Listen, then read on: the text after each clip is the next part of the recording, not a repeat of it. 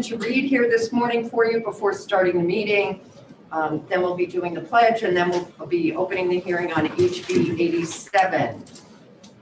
In regards to this meeting, members here in the room, please mute your devices and turn off the sound to avoid feedback. Consider turning off video if you intend to use the keyboard for taking notes. For good sound quality, it is important for members to speak clearly with some volume. Soft voices may be heard but hard to understand. And the microphones in the room pick up sound very well. Be careful about side conversations.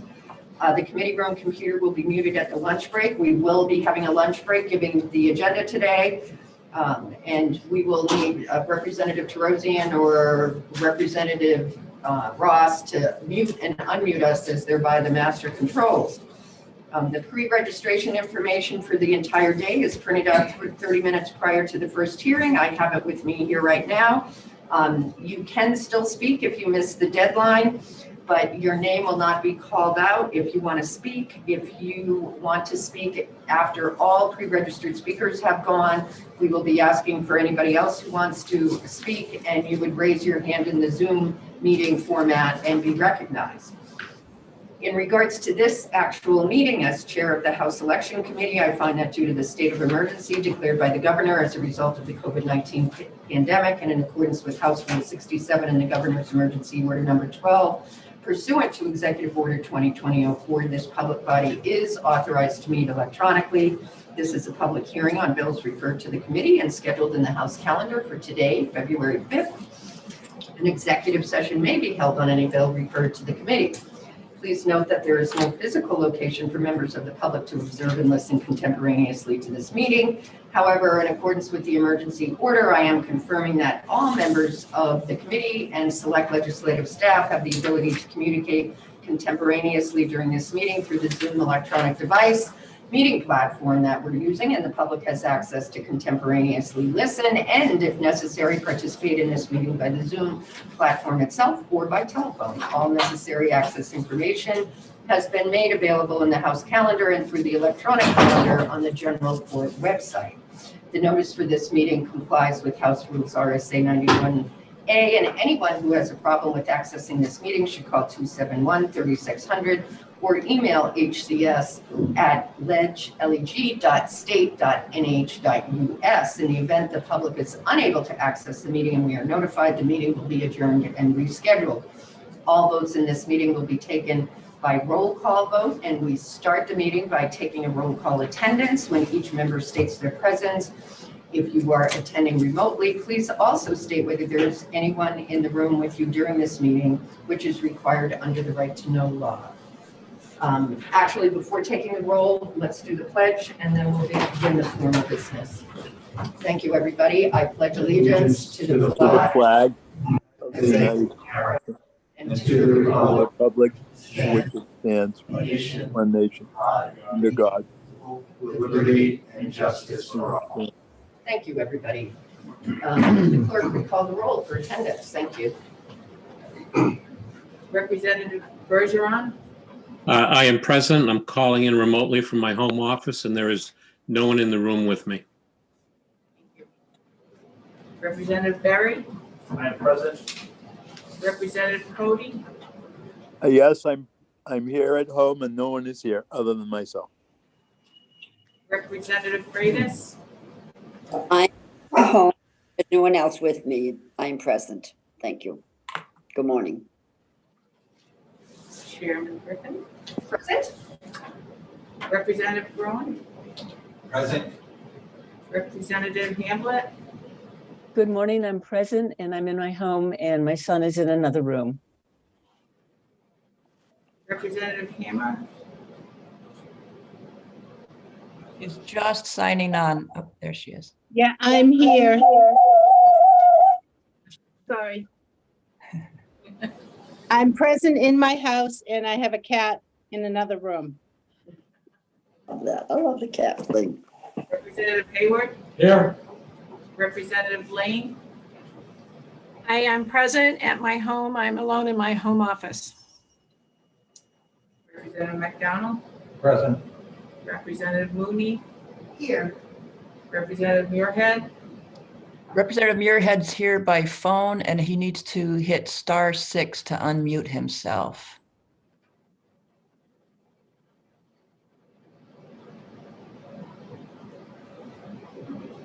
Yes. Representative Muirhead, can you hear me? *6 on your phone. I can't hear you. Oh, there I you go. can't hear you. I'm not sure. Oh, thank you for indulging me, Madam Chair. I'm sorry for the inconvenience. I'm present and alone. Thank you. So *6 will mute you as well as unmute you, and *9 raises your hand. Thank you very kindly. Sure. Representative Cleveland O'Brien. Representative Quayle. Here. Representative Sandler.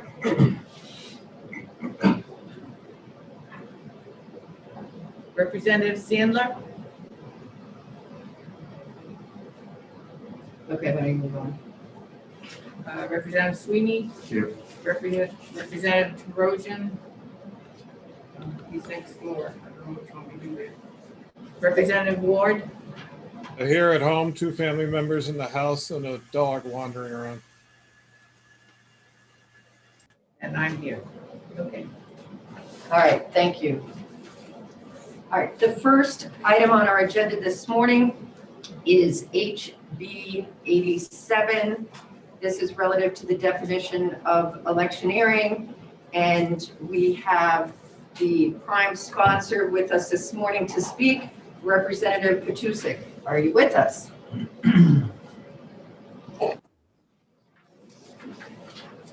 If somebody can elevate Representative Petusik to. On his way. He's in that limbo land. There we go. I just promoted him.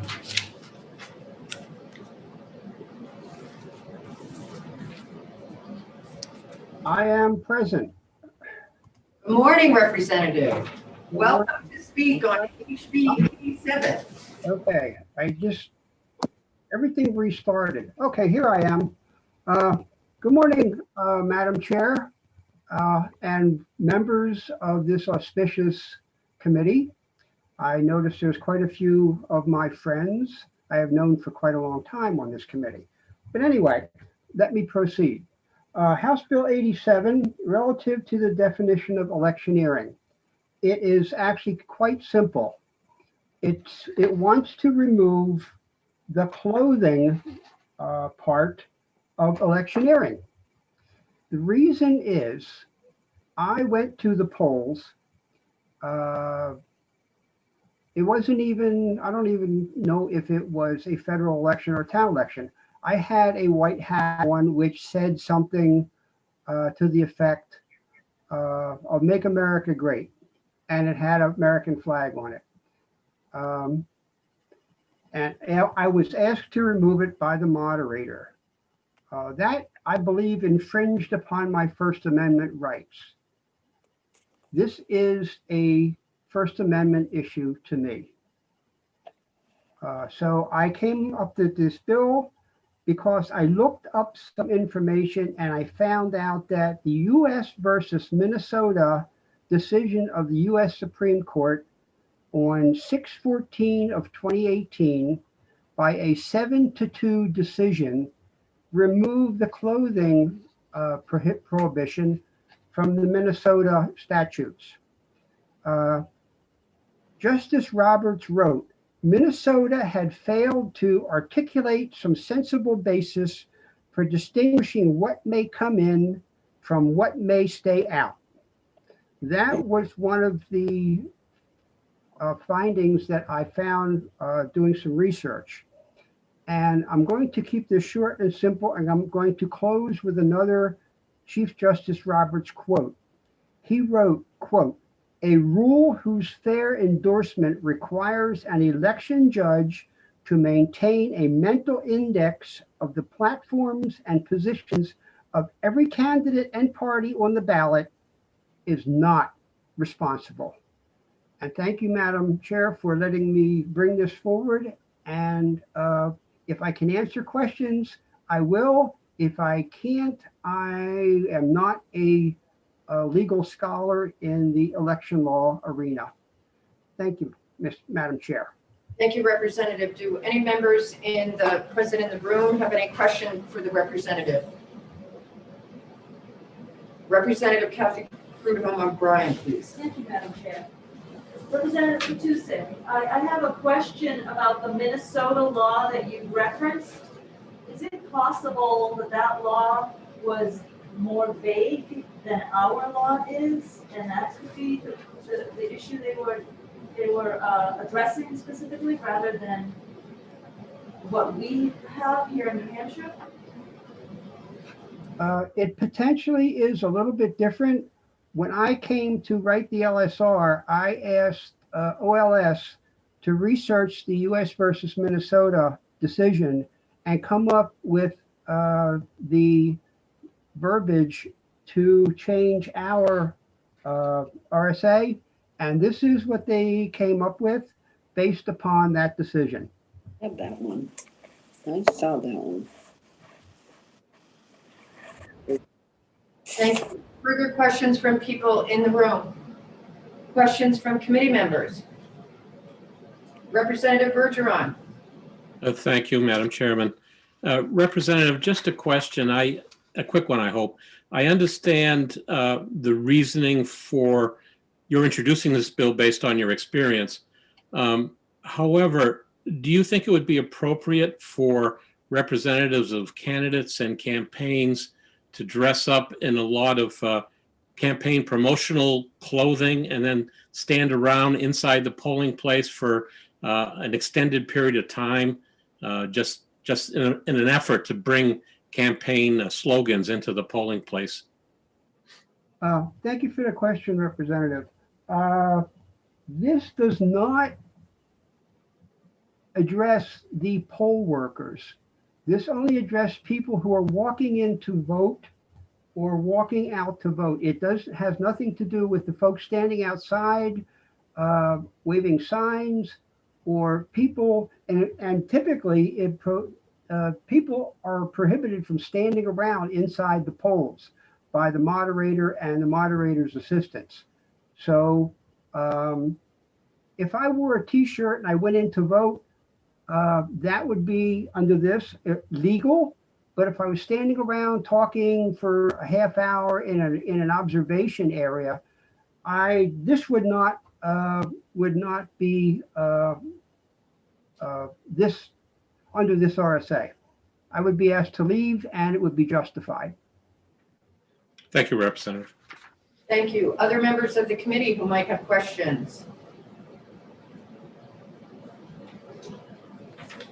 I'm not seeing any. Representative Kathy Prudhomme O'Brien. Thank you, Madam Chair. Representative Matusek, could it possibly be interpreted that poll workers could wear these items if this bill were passed? That anyone would think that poll workers could wear such things? Good question.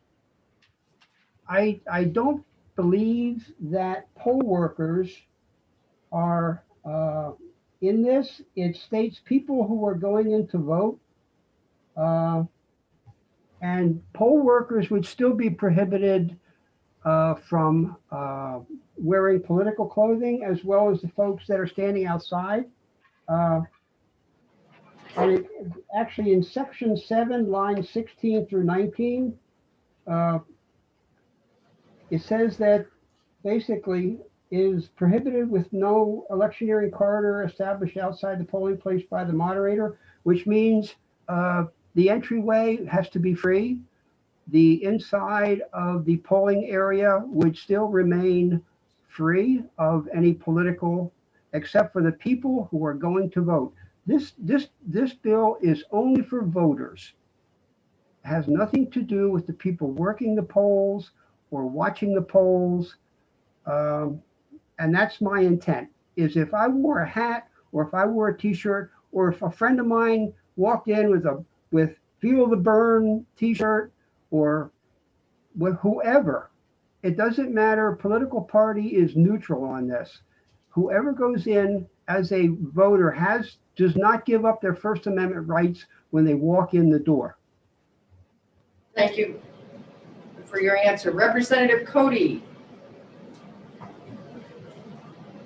Yes, Madam Chair, thank you. Representative, so is what you're saying that if this bill passes, the only people that would be prohibited from wearing clothing with political slogans on it would be poll workers? Am I understanding you correctly? Okay, well, actually, it's kind of like the reverse. The only people who would be allowed to wear are voters expressing their First Amendment rights. Can I have a follow-up, Madam Chair? Representative Cody, go ahead. Do you have a citation for that Minnesota case that you referenced earlier by any chance? Thank you, Madam Chair. I Googled Minnesota, US versus Minnesota, and I had a whole lot of information. It can be Googled. Like I said, I quoted Justice Roberts from the from where I did. That's basically the only citation that I have. Thank you. Thank you, sir. Any other committee members with questions? Representative Ward. Thank you, Madam Chair, and thank you, Representative, for taking my question. Could you point us to the lines in the bill that refer only to, that this applies only to voters?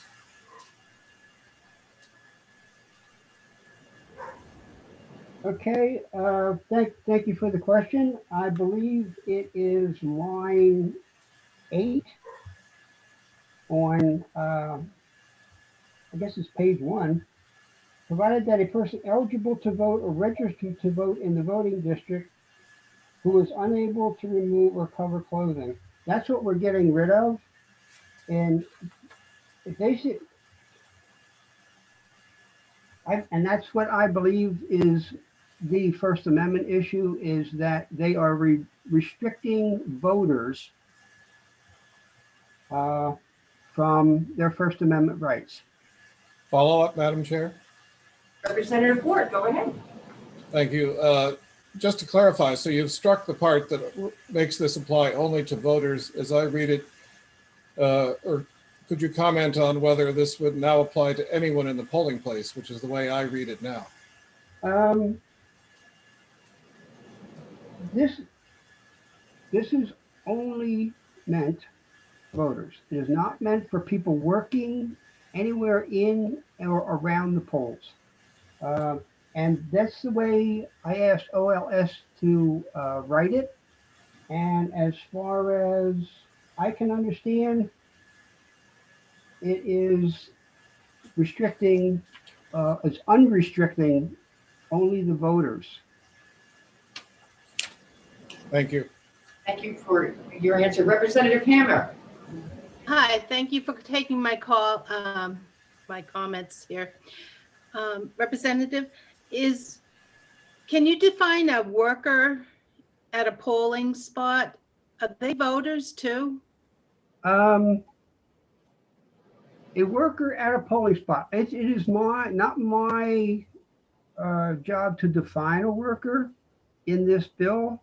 But if you were to ask me, which you are, who is a worker? A worker is someone who is at the polls not to vote. They are there for other reasons. They would be poll watching. They would be assisting the moderator or assistant moderator, or showing people where to go to vote, to sign in, to register. Those would be the workers. A voter going in to vote, or it would not be a worker. Thank you. Follow-up. Representative Hammer, go ahead. When we have an election, people are ballot inspectors, and those are workers. Those are also voters. They live in that district. Can you explain more why those people could not be wearing, or could be wearing political clothing? Thank you, Representative. I'm glad you brought out that distinction. When you go to vote, you do not give up your First Amendment rights. But when you are, okay, you are done voting and you are supposed to spend some time at the polls working, I believe you must remove the political clothing. If you wore a t-shirt, you have to go change your clothing while you are working, because you have to be politically neutral while you are working the polls. Thank you. Thank you for your answer. Any other committee members? I'm not seeing any other. Representative O'Brien. Thank you, Madam Chair. I don't have a question, but I do have a comment because I found the case that you were referring to, Representative Tusick. It's Minnesota Voters Alliance versus Mansky, and it was argued on February 28th, 2018. That helps people to look it up. It's 34 pages. I haven't had time to read it yet, but I will do so. Thank you, Representative Cohen has a question. Representative Petrucci. Thank you. Representative Petrucci, could you check with the legislative services and just confirm with them that this applies only to voters? And if not, would you be willing to amend the bill to make sure that this applies to just voters? I'm not sure that's legislative services job, but the question, Representative Petrucci, is would you consider making an amendment to this bill?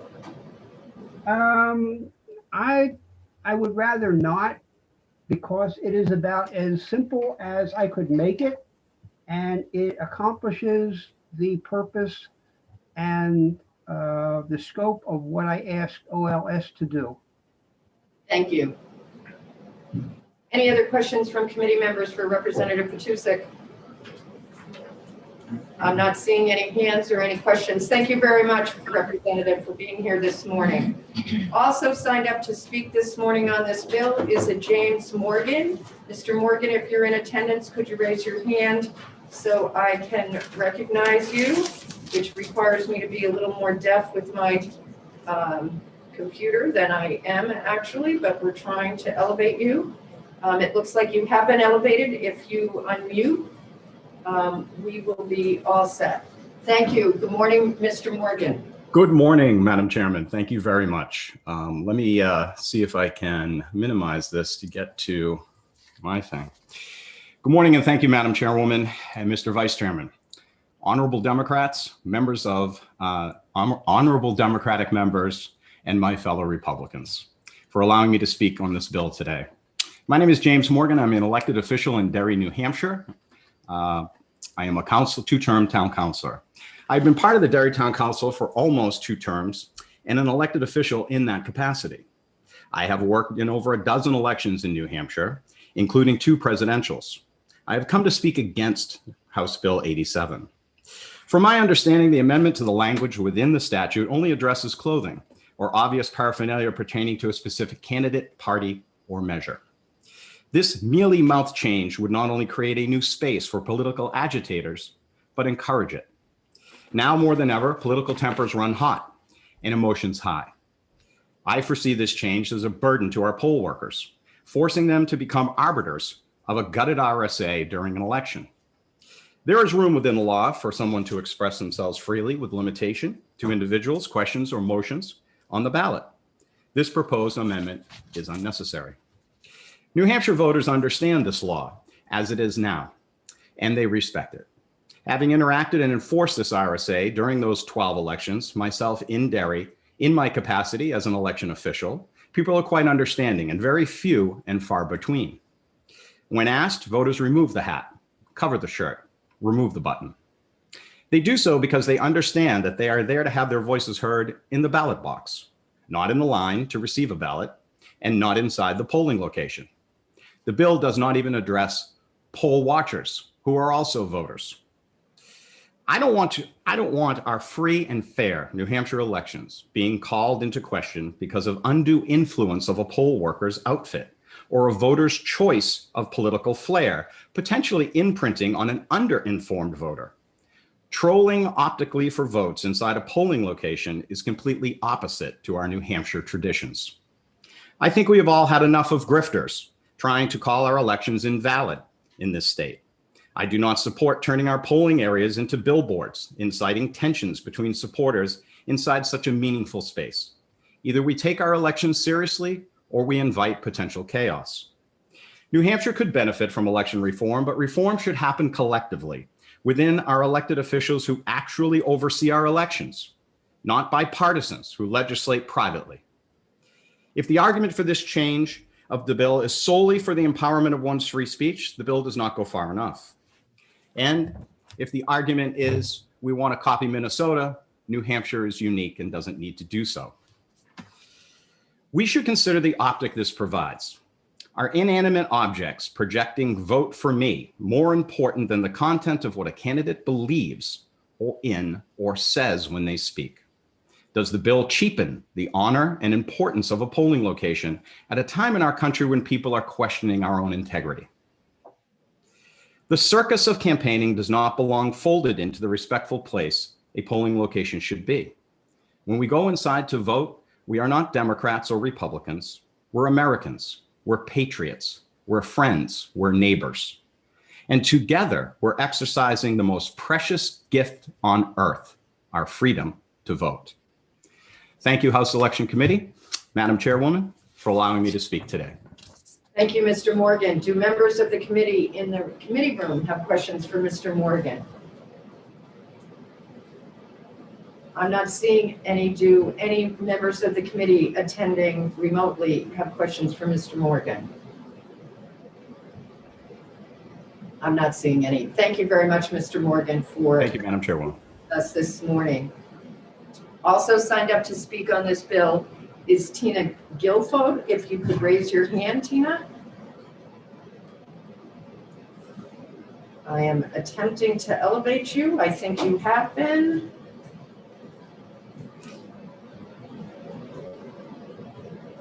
There you are. And I think you are with us, and welcome to the election law, Ms. Guilford. Hello, can you hear me? We can. Good morning. Great. Thank you very much, Madam Chairwoman. I am Tina Guilford. I am the town moderator in Derry, and I am speaking against this bill. The lack of paraphernalia keeps the sanctity of a polling location and keeps anyone from feeling that their vote is in any way suppressed. The most complaints that I received from voters that had anything to do with electioneering were that they were uncomfortable with candidates yelling out comments to voters as they passed the candidate area. So this would be exacerbated inside the polling place by any candidates or their surrogates walking in and out of the polling location or standing in observation all decked out for hours. Contrary to what Representative Petusik stated, that law is not just for voters, it's for anyone in the polling place. And while as a moderator, I can tell my poll workers and instruct them that not only can they not wear anything, I actually instructed my poll workers that they couldn't roll their eyes when in a primary somebody selects a particular ballot because that's not their party. This would be a very uncomfortable thing for most voters. And the whole point of elections is for voters to feel free to exercise their unfettered right to vote, and they should do so in peace. In a contentious elections like the ones we just had, it would have required to have more poll workers and more of a police presence than we already did, just based on people's behaviors. And that would have just driven up the price of the election even more. And I think most taxpayers are tired of paying more for things. And while I understand that some voters may love to show their support, at the end of the day, everyone should be comfortable when voting. In speaking to the Minnesota law mentioned by Rep. Petusik, that law prohibited any and all political verbiage, not just tied to who was on the ballot. prohibited campaign material in New Hampshire includes the following: a vote for a candidate, name, or party, vote against a candidate, name, or party, to vote yes on a question or vote no on a question, a picture of a candidate's name, or an uncommon logo associated with a candidate. It's all tied to the candidates that are on a particular ballot. That was the issue of Minnesota. It was any and all political commentary. And that concludes my testimony, and I'm prepared for any questions that anyone may have. Thank you very much for joining us this morning. Does anybody have any questions for Ms. Guilford? Representative Mooney. Thank you, Madam Moderator, and thank you, Madam Chair, for recognizing me. Are you able to hear me? Yes. Yeah, okay. Just for clarification purposes, as the moderator, you can determine the standards and the guidelines for the attire of your poll workers? Yes. You know, I can instruct them, you know, not to wear ripped clothing, dress appropriately, that kind of thing. So I can do that for my poll workers, but I would not be able to do that for any member of the public walking in observation or a member of the press or anything like that, if I didn't have this RSA to back me up. Thank you very much. Thank you. Other questions from people in the committee room? Representative Prudhomme O'Brien, I looked right at you and you didn't raise your hand. Thank you, Madam Chair. Could you tell us, and thank you for coming today, Ms. Guilford. Could you tell us how it has been when you, in general, when you ask people to remove the political attire that they're wearing? How has their reaction been to that? Have you ever had people that are? Most of them are very apologetic. Some people don't realize that it's actually a rule. You have to remember, sadly, a lot of voters only vote once or twice every 4 years. You know, they don't come out for elections on the regular. So I don't really get a lot of pushback. In all the elections I've worked, and I've worked probably about 15 elections or so, I've had one voter give me pushback about his hat. We've had to ask voters to go in the restroom and turn their t-shirts inside out. And none of them have said, oh no, I'm absolutely not doing that. They're all apologetic. I've had voters put pieces of tape, masking tape over something so that they can come in and vote. Most people definitely understand. Thank you. Questions from committee members attending remotely? I'm not seeing any. Thank you, Ms. Guilford, for your testimony. I also have signed up to speak Teresa Bascom. If she's still online, if she could raise her hand. All right, Ms. Bascom, welcome. I note that you signed up to talk for 15 minutes. We do not have 15 minutes. I apologize for that. We are behind, in part due to my late start and in part due to the fact that this bill has generated a lot more testimony than I thought. So if you could join us and let us know your position on the bill and anything new that the committee has not heard this morning. Welcome. And if you could unmute, I think I have unmuted you, so you should, there you go. I think we're with you now. Good morning. All right, good morning. Good morning, Madam Chair and representatives and members of the public. My name is Teresa Bascom, and I am grateful for the opportunity to speak today in favor of House Bill 87. Now, I don't need 15 minutes. I didn't know what to put down for amount of time. I apologize. I have also worked the polls. I've worked the polls as a ballot clerk for more than a decade, 4 presidential elections, multiple times. And only this year has the term electioneering come to create so much fervor, if you will. And I actually spoke to my state representative, Alan Bernstein, and asked him to get this thing changed, because this term electioneering, which the dictionary states is an activity of trying to persuade, Cambridge English Dictionary defines as the activity of trying to persuade people to vote for a particular political party. According to the American Heritage Dictionary, electioneering is the work or activity for a candidate or political party. These definitions indicate that the electioneering is active or an activity, such as door knocking, working phone banks, sending out hand flyers, or holding signs and waving and calling out to passersby. But only recently has the issue of clothing, such as t-shirts, sweatshirts, hats, or buttons, face masks, become a course for where the moderator, or even our state AG office today, during this last election, weighed in on what is or is not approved at an office. At a voting place. I'm sorry, I'm nervous.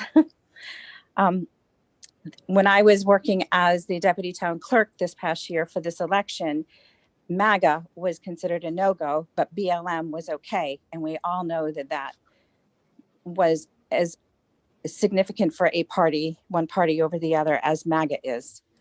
I'm asking that rather than muddy waters and frustrate voters who 99% of the time just want to get in and out, that you leave clothing and buttons off the list and clarify electioneering as an activity in which a person or persons engage in by verbally speaking or physically handing out information to a prospective voter that seeks to persuade how that person will vote.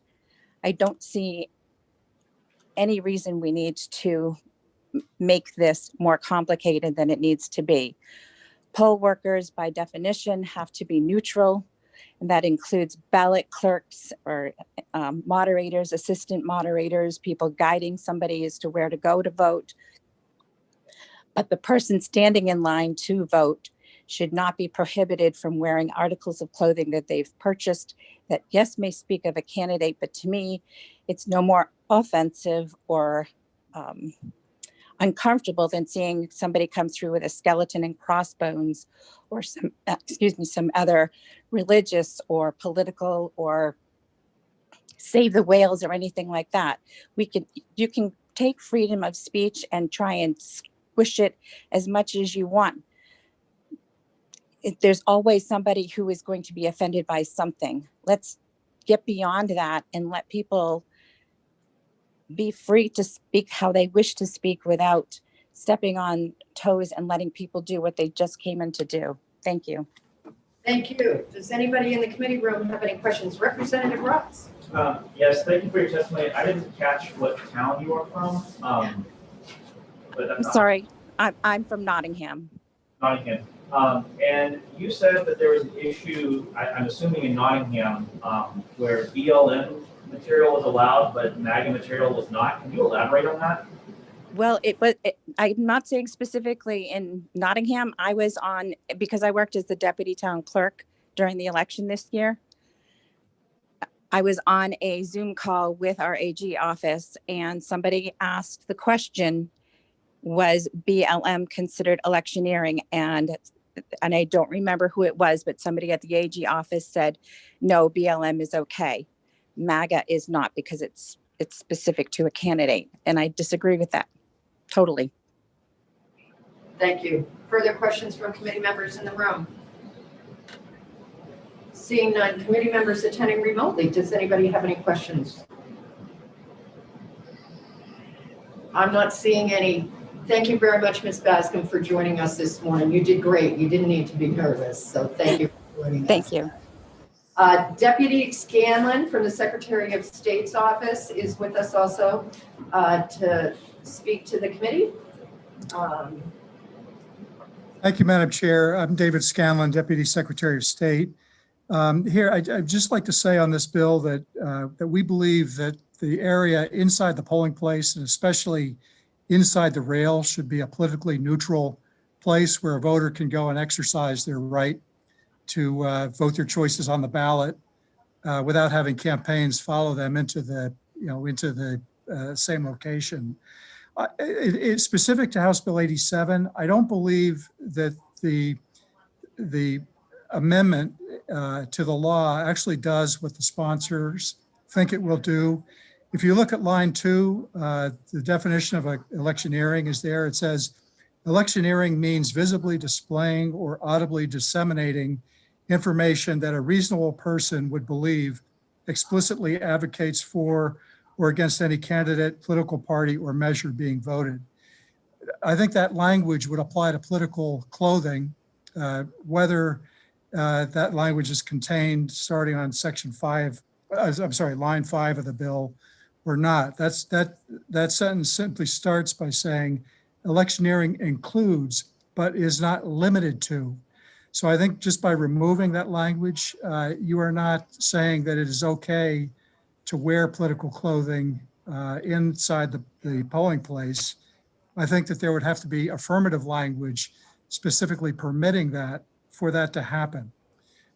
My recollection is that this language that is being struck in the bill was added to actually help the moderators show a voter wearing political clothing that this is not permitted in the polling place.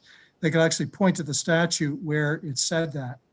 And so in that regard, it was a tool to help the moderator let a voter clearly understand that that was not permissible. So with that, Madam Chair, I'd be happy to answer any questions. Any questions from committee members? Any questions from committee members attending remotely? I'm not seeing any. Thank you, Deputy Scanlon, for attending. Thank you. Is there any other member in attendance that electronically, there is no public present in the room, who would like to comment on HB 87? Raise your hand. I'm not seeing any. I'm going to close the public hearing on HB 87, and I'm going to open the public hearing on HB 127. The prime sponsor of the bill, Norm Silver, is in attendance. I thought I just had you. I have found you, Representative Silver, and you should be with us. If you can unmute, welcome. Pam, have I got him up there, Representative Silver? There, Yes, I'm here. Thank you. Good morning, Representative Silver. Good morning. Thank you, Madam Chair, members of the committee. Having been convinced by an extensive conversation with representatives of the Department of Transportation that this proposed bill is not needed at this time, I respectfully request that the committee ITL it. Thank you very much. Does anybody have any questions for Representative Silver in the room or electronically? I'm not seeing any. Representative Silver, I'm sure the committee will do everything it can in its power to grant your request. Thank you very much. And I was very nervous about making this presentation also. Okay, thank you. Also in attendance is Mr. Dobbins from DOT, who has signed up to speak, and I'm going to ask him to raise his hand if he wants to speak. He is. I want to make sure he understands that the bill has essentially been introduced in the most minimal way possible, and we are being asked to ITL it. So, Mr. Dobbins. Yeah, I just simply want to confirm that, yes, Representative had spoken with the department. Just for the record, my name is Caleb Dobbins. I'm the state maintenance engineer for the department. Thank you, Madam Chair, and members of the committee for hearing. And yes, we are in support of the ITL that the representative has just suggested. Thank you very much. Any questions for Mr. Dobbins? I'm seeing none. Are there any attendees present who would like to speak to this bill? I'm not seeing anybody raising their hand. I'm going to close the public hearing on HB 127. Next on our agenda this morning is HB 483. All right, we're almost back on track. We've certainly made some progress. HB 483 is in regards to the prohibition of certain political advertisement. The sponsor is Representative Infantine. Are you present, Representative Infantine? If you can raise your hand, please.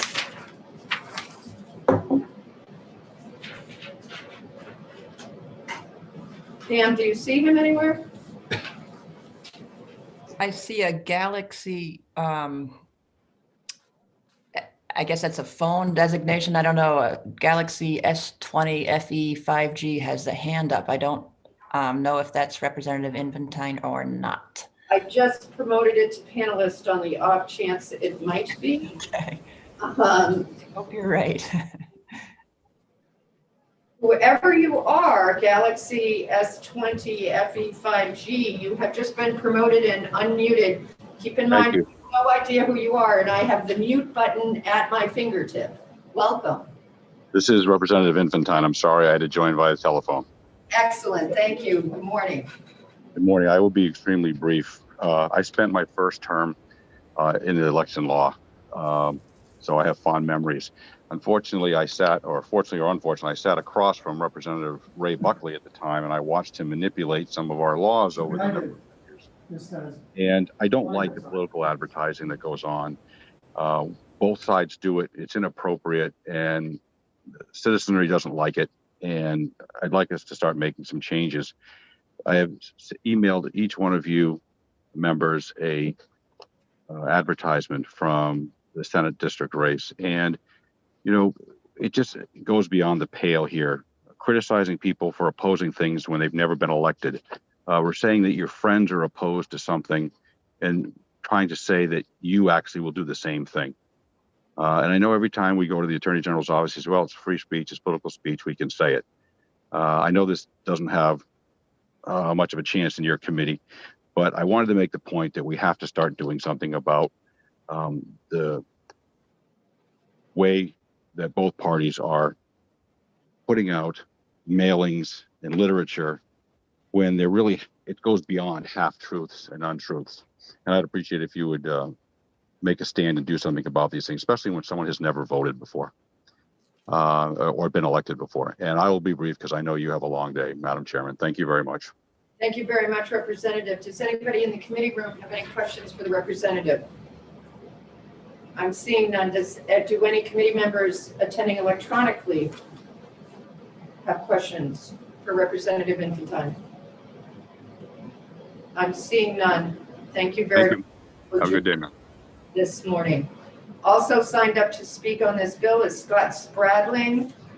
You have been promoted, so if you unmute yourself, you should be with us. Committee members, you have received written material from Mr. Spradling. So welcome this morning, Mr. Spradling, to add to the written material that you have sent to us. Good morning, Madam Chair, and can everyone hear me okay? Yes, you're fine. Perfect. Thank you very much. It's nice to see all of you. Happy Friday. Again, my name is Scott Spradling. I'm the Government Affairs Representative for the New Hampshire Association of Broadcasters. This is a nonprofit group that since 1954 has represented the TV and radio stations located throughout our great state. We actually represent 98% of those who are currently broadcasting news and entertainment on the TV and radio airwaves throughout our state. I completely respect and appreciate Representative Infantine's desire to keep them honest, if you will, which is what I quoted in the letter that I submitted from Tracy Caruso, who's the executive director. I think one of the challenges that we have here with this conversation is that there's a third rail, at least when it comes to broadcasters' rules, rights, regulations, and oversight. We are regulated by the Federal Communications Commission. And when it comes to political advertising, whether it's for federal or state candidates on TV or on radio, the rules are very strict. And they're from our perspective, they're very clear that unless there is something that is defamatory and action needs to be taken on behalf of the other campaign because there is something that is absolutely breaking the law in terms of claims of the ads, that they are protected under free speech.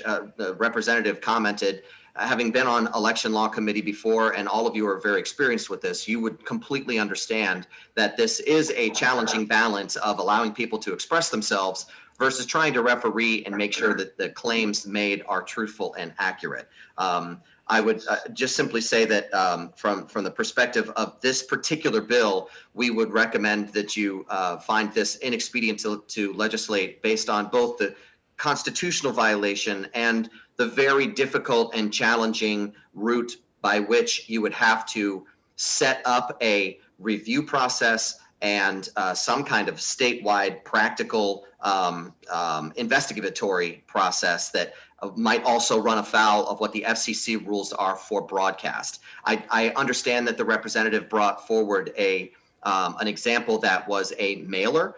So I understand that the printed documents and things that are mailed out may have a different set of rules, but at least from the broadcasting perspective, we would respectfully ask that the complications that prevent any practical application and the First Amendment violations would just make this an inexpedient bill. So we would respectfully ask that you vote ITL. Thank you. Thank you, Mr. Spradling. Do any committee members have any questions for Mr. Spradling? Representative Ross, thank you. I just want to thank Mr. Brown for testifying today. He is a constituent of mine. Thank you, sir. Any questions? Seeing none, do any of our members attending remotely have a question? I'm not seeing any. Thank you, Mr. Spradling, for joining us this morning. Thank you. Is there anybody else in attendance who would like to speak to 483? Please raise your hand on the Zoom platform or hit star, whatever the magic number is, to unmute yourself. I'm not seeing anything, so I'm going to close the public hearing on 483. The next item on our agenda this morning is House Bill 263. 263 is relative to campaign finance reform. The sponsors of that bill are Representative Sweeney, Representative Alexander, and Representative Berry. I am taking it that Representative Sweeney will be introducing this bill. Welcome, Representative Sweeney. Thank you, Madam Chair and members of the Health Election Law Committee. I am proud to introduce House Bill 263 relative to campaign finance reform. The goal of this legislation is to streamline our existing practices, remove barriers to entry for new candidates for office, and decrease confusion surrounding candidate filings, and update our state's campaign finance laws to ensure that all candidates, whether they are running for the first time or the 40th time, can navigate and understand the system that governs campaign finance in New Hampshire. Currently, New Hampshire law allows candidates to agree to a voluntary expenditure limit. The incentive provided under current law to voluntarily limit campaign expenditures is an increase in the amount of money candidates can raise per donor per election period. There are 3 current periods of time that are created via our current campaign finance structure. There's the exploratory phase before candidate filing, the primary election phase that runs from the day a candidate files for office to the state primary election, and the general election phase that runs from the day after the primary to the state general election. If a candidate agrees to voluntarily limit their expenditures, they are limited according to which office they are seeking as to what they can spend, but can raise $5,000 from a single source in each period, totaling $15,000 over the course of the entire cycle. They can raise more per donor, but they can spend less overall in their campaign. The amounts are written into statute and do not increase cycle to cycle to reflect the increased cost of campaigns or operations as a candidate. If a candidate does not agree to voluntarily limit their expenditures, they can spend as much as they like on the effort, but can only raise $1,000 in the primary and $1,000 in the general election. Since they cannot agree or disagree to the expenditure limit before they file their candidacy, they can raise $5,000 in the exploratory phase. As a result, candidates who don't agree to the voluntary expenditure limit are capped at raising $7,000 per donor per a complete 2-year cycle. This is referred to as the 5,000 plus 1,000 plus 1,000 limit. Most candidates for office do not agree to the voluntary expenditure limit. Thus, most candidates fall under this $7,000 per cycle per donor limit. The bill before the committee today removes the voluntary expenditure limit and the exploratory phase from existing state law and changes the limit per election to $3,500 per donor. This would maintain the $7,000 per donor per cycle limit that currently exists for those candidates who do not voluntarily limit their expenditures. This move would reduce the candidate filing form by about 1/3, as the last column on the state filing paperwork regarding the voluntary expenditure limit would no longer be necessary. This would also streamline campaign finance report by only having 2 periods of time, the primary and the general election, for reporting purposes. The primary phase would begin when a candidate starts running for office, and the threshold to file with the Secretary of State's office would remain unchanged at $500 raised or spent per candidate, committee, and political organizations. This campaign finance reform package also contains 2 additional provisions in efforts to upgrade and modernize our campaign finance process. Currently, political organizations that are not candidate committees, commonly referred to as PACs, are allowed to raise $5,000 per election in the primary and in the general, so they can raise a total of $10,000 per donor during a 2-year cycle. This reform increases that limit to $10,000 per election or $20,000 per cycle. While federal campaign finance operates on a yearly limit threshold of $10,000 per year instead of per election, this change would put our state limits for political organization fundraising in line with the current federal limits. Organizations that are focused on state elections and issues taking place under this dome should not be expected to operate at half the limit federal political organizations operate on. By increasing these limits, we will put our state laws more in line with federal campaign finance laws, lessening the potential for confusion from political organizers in the United States. The one final change this legislation makes is truly an effort to clarify and reduce confusion from first-time candidates for office. Currently, if you're running for office, as all of us know, we can report our campaign finances as a candidate or set up a candidates committee. This legislation removes the candidate category from the state campaign finance laws and directs every candidate filing campaign finance reports towards the candidates committee registration process. This would not require more than one person to form the committee. A candidate for office in New Hampshire can be both the committee chair and the treasurer. This would go to great lengths to reduce confusion in the process. Individuals today can go onto the Secretary of State's website and file as a candidate for the purpose of campaign finance for the 2022 election. Declare what office they're seeking and what party they're part of. The current setup of the law can give the impression to first-time candidates that this process of filing as a candidate for the purposes of campaign finance reports is the same as the process for filing as a candidate with their town or city clerks during the filing window that will be held next June. By directing all candidates to form a candidates committee, we will remove potential confusion while reducing the categories of entities for campaign finance reports, leading to greater transparency and a more cohesive system overall. I know I have just presented a great deal of information regarding the proposed legislation, and I did email all of the members this morning a copy of my written testimony, but I'm happy at this time to take any questions that you may have. Thank you, Representative Sweeney. Representative Terosian. Thank you, Madam Chair. Thank you, Representative, for taking the question. So, I can see some benefits to some of what you're proposing in here, but again, can you elaborate a little bit more on the reason to change? In the spirit of trying to keep it simple, it seems to me by getting rid of the ability for candidates just to be a candidate and not have to form a committee would be better than getting rid of that. He has to now form a committee. So tell me kind of what all the other revisions aside, tell me how that's a benefit to have to require everybody that's running to now form a committee. Absolutely, and the way I view it is truly kind of just a bookkeeping measure.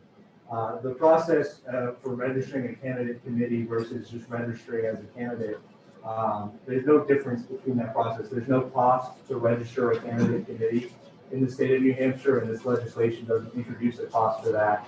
It's really just in an effort to move away from having 2 different categories for how a candidate files. It's just moving everybody into a candidate committee. I operate a candidate committee for my election efforts. I call it Joe Sweeney for New Hampshire. I'm the chair and the treasurer of it. And the process to file is as simple and straightforward as just filing as a candidate. So it doesn't change any of the reporting requirements. It just makes it so that it's called a committee, and it's really just merging, in my view, the 2 entities together into one candidate's committee. Thank you. Thank you. Representative Prudhomme O'Brien. Thank you, Madam Chair. We have a citizen legislature in this state, and that's a very positive thing. I think most people agree. Are you concerned that some people may be dissuaded from running for office if they feel they have to form a committee where at this point they are simply a candidate, but now if they're a committee, they're doing the exact same thing, but they have to call themselves a committee, and it may make things more complicated to some people who are interested in serving in the state legislature? I absolutely understand that, and I think both respective political parties in the state will do everything they can to ease that confusion with the potential candidates that are looking to run for office. And I don't think we're introducing so much of a burden where the candidates, if they're planning on spending or raising $500 towards their election efforts, are going to have to file currently with the Secretary of State's office anyways, either as a candidate or as a candidates committee. I understand if the wording that the committee is the harbinger here, I wouldn't be opposed to just saying they'll have everybody file as a single entity as a candidate. I just don't see the reason to have candidate filings and candidates committee filing when it's really just one avenue anyways and one vehicle for people for utilizing campaign finance. Thank you, Representative Ross.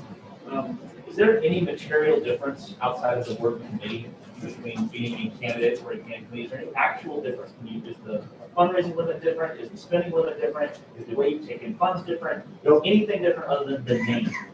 To my knowledge, there's no difference. I've looked through in and out of the campaign finance laws that we have after working in politics. I don't see a difference between filing as a candidate and filing as a candidate committee.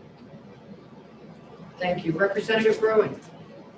Representative Sweeney, I share a concern of making this more complicated than necessary for candidates filing for state rep. Many of my friends who file for state rep work very hard to stay under the $500 because they just don't want the hassle of reporting.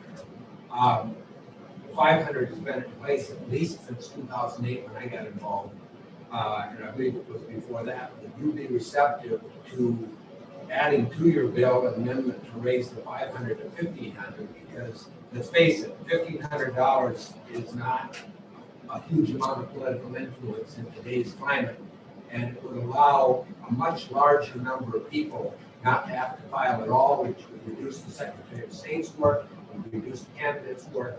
And I think it would alleviate some of the concerns about making this too complicated for people who don't plan to go raise a lot of money.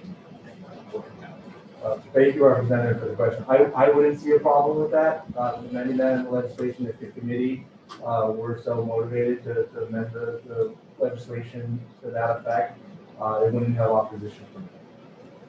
Thank you, Representative Terosian. I'm going to go to some members online first and then come back to you. Thank you, Madam Chair. Representative Lane. Yes, thank you, Madam Chair. I have a couple of questions.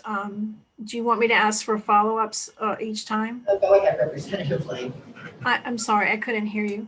Go ahead, Representative Lane, without follow-up permission. Okay. All I right. might cut you off after 20 or 30 minutes, but. Well, hopefully it will not take that long. I guess my question was, why is this needed to, why do we need to raise the contribution limits to be consistent with federal in a state like New Hampshire that's small and local? Most of these races are local. So I'll say, so we don't raise the contribution limits for the candidates. We just allow them to raise the $7,000 more so throughout the election cycle. We raise the contribution, so this bill raises the contribution limits for political organizations just to kind of progress our laws and update the current existing laws that haven't been updated in a while. I'm not sure when the $5,000 limit was set into statute, but the cost of campaigns in between the Republican Party and the Democrat Party, just the party committees in 2020, I know the Republicans had raised and spent on the state side $1.7 million, and the Democrats have raised and spent $4.3 million. So there's definitely not a lack of money in the system currently going towards political organizations in the state. But just to update the donor limits from 5,000 to 10,000, I think reflects the increased cost of campaigning, the increased cost that political organizations have in this state. And there are a number of political organizations that operate 365 days a year, both years of the election cycle. They're not just set up as a candidates committee would be just during the election time. They are constantly raising money and constantly making expenditures in efforts to win elections in the Granite State. And so I just think it's time in 2021 to update the limits. And that was myself and the other bill sponsors was to just update the limits for political organizations throughout the Granite State across the board. Okay. Also, did I understand you to say that you're reducing the reporting periods in your bill? So there's still going to be the same schedule of when reports are due for campaign finance reports. But currently, when you file with the Secretary of State's office, you have an exploratory phase that you report under, then you have the primary phase, and then the general election phase. And then the reports under this bill, the reports would just have the primary election period and the general election period. So there'd only be 2 periods on the reports listed in the column that's submitted to the Secretary of State's office. But this does not change the schedule of reporting that's currently in the statute. And why would you want to reduce to remove the exploratory period? Were there problems?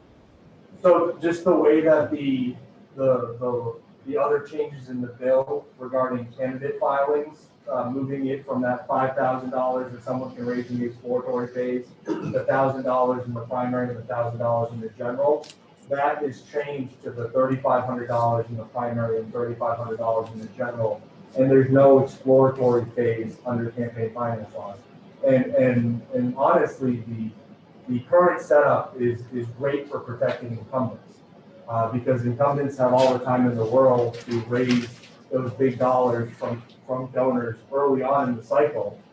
If you are, and we don't really deal with it running for state representative, but if you're running for state senate or you're running for executive council, and you decide to a few weeks before filing or a month before filing, you're going to see a massive drop off in your ability to fundraise the moment you sign up for office, which I think is a bad practice under the current law, and allowing candidates to continue to fundraise while they're campaigning, while people are paying attention, will benefit the candidates and benefit the voters in the state. So that it really gets rid of that exploratory phase. And the minute you start raising money for a campaign, you're entered into the primary portion of the campaign, even without filing for the office. Okay, thank you. Representative Bergeron. Thank you, Madam Chairman. My question goes back to the issue of creating candidate committees. And while I recognize that there's actually no difference in filing reports, whether you're a candidate or a committee. A lot of state representatives like to separate their monies so that they have a separate account, for example, for their campaign contributions. When I established a committee, my bank required that I get an employer identification number in order to open up an account under that committee's name. Wouldn't this bill create new hurdles for candidates to set up accounts where they can separate their campaign contribution and expenditures from their personal accounts? I don't see any reason why it would. I think that just depends on the bank that the candidate's using. But I don't see any reason why someone wouldn't be able to form a candidates committee and still file an account using their social security number or their existing account and just create another account at their bank. So I'm not aware of a bank that would require, but obviously it seems that in your experience you have. I know when I set up my committee account at Citizens Bank, I just needed to provide my social. But if that is an actual issue with the committee process, then I'm obviously open to the changes with that to make sure that candidates don't have to file an EIN for banking purposes.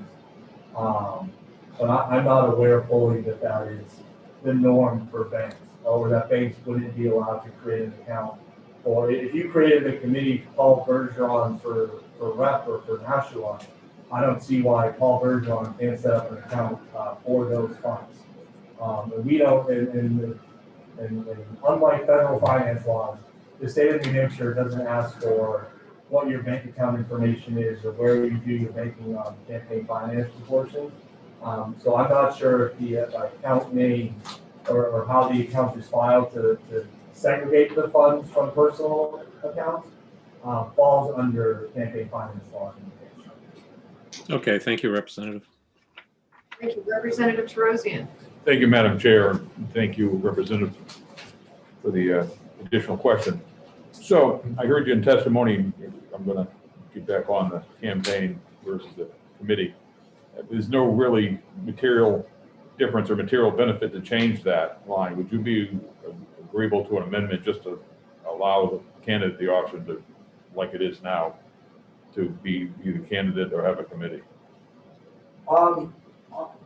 To the committee, if that's the committee's wishes, I will say the morphing candidates committee and candidate filings into one entity was not the main force of this legislation.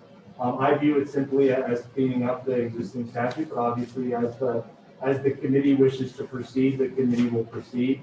I look at it as someone who has helped candidates and first-time candidates before and fielded questions regarding the differences between filing as a candidate and filing as a candidates committee.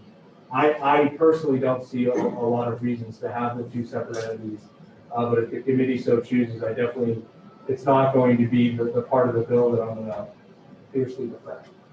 Thank you. Are there any other committee members in the room? Representative Prudhomme O'Brien. Thank you, Madam Chair. This bill encompasses a few different issues. And I feel like they could stand alone in their own bills. One of them is repealing the voluntary expenditure limits. I've never really felt that I'm affected by that. Why does that affect candidates that choose not to engage with the voluntary expenditure limit? I just don't understand. I don't feel like it matters. If another candidate wants to try it, that's fine. Sure. I personally view the voluntary expenditure limit as an outdated piece of state law that was intended to reduce the amount of money spent in our elections, and the number of candidates that actually agree to the limits proves that, and the amount of money that's spent in our elections proves that the intent of the law never really followed through, never really became effective. And I'm a fan of updating and upgrading state law wherever we can. And I just see a cleaner system going forward would be one without voluntary expenditure limits, as it reduces confusion with candidate filings. And we've had, at both sides of the aisle, have had candidates in the past that they know what they're running for, they know what they want to run for, and it's their first time running, and they'll agree to a voluntary expenditure limit without knowing that they're agreeing to a voluntary expenditure limit, and the impact that has not only on their campaigns, but on what others are spending without even communicating with the candidates, creates headaches. And I think it's truly an outdated model to reduce campaign spending. And I don't think the state, personally, I don't think the state of New Hampshire should be providing incentives to reduce the amount of spending in campaigns. Representative Ross. The current voluntary expenditure definition, where you can take effectively $5,000, $5,000 each term, right? So $15,000 from one donor. Yes. Would that system provide actually the whole point of campaign finance laws, right, is to prevent what's called the gift effect, which is where you give somebody something and human psychology dictates that later that should be paid back. Wouldn't that voluntary expenditure level open that gift dynamic up wider for somebody that can stroke a $15,000 check versus somebody having to raise smaller contributions? I agree completely. I view a model where all candidates are capped at the $7,000 per donor limit over the entire cycle. Increases the importance of smaller donors. And also just makes it so that candidates, can't have that gift effect that donations might bring to them. And I agree with you. I need campaign finance laws. We need to be able to make them as transparent as possible and as willing for people to be able to comply as possible. And I think the changes in this bill make it so that candidates can more easily comply with all of the pieces of campaign finance law. It makes it, and I know there's obviously a lot of things in the bill, but I do think this makes it a more streamlined process and more explainable process to first-time candidates that will increase compliance going forward. Further questions from committee members in the room? Committee members attending electronically, does anybody have any other questions for Representative Sweeney? I'm seeing none. Thank you, Representative Sweeney. I don't have anybody else signed up to speak ahead of time on this bill. Are there any attendees who wish to speak in regards to House Bill 263? Raise your hand. I'm not seeing any, so I am going to close the public hearing on House Bill 263. The next item on our agenda is House Bill 105. I'm opening the public hearing on House Bill 105. This is relative to political contributions made by limited liability companies. I have a number of people signed up to speak on this bill, and Representative McGee has signed up and is the sponsor of the bill. So Representative McGee, I have hopefully promoted you to be with us, and welcome. Thank you, Madam Chairwoman and distinguished members of election law. Can you hear me? We can, thank you. Oh, great. I was having trouble with my microphone, so I just wanted to check. I'm Representative Kat McGee, as you heard, from Hillsborough 27 Hollis. I come before you here today as the prime sponsor of HB 105, affectionately known as the LLC loophole bill. Many of you may remember this legislation from last time around.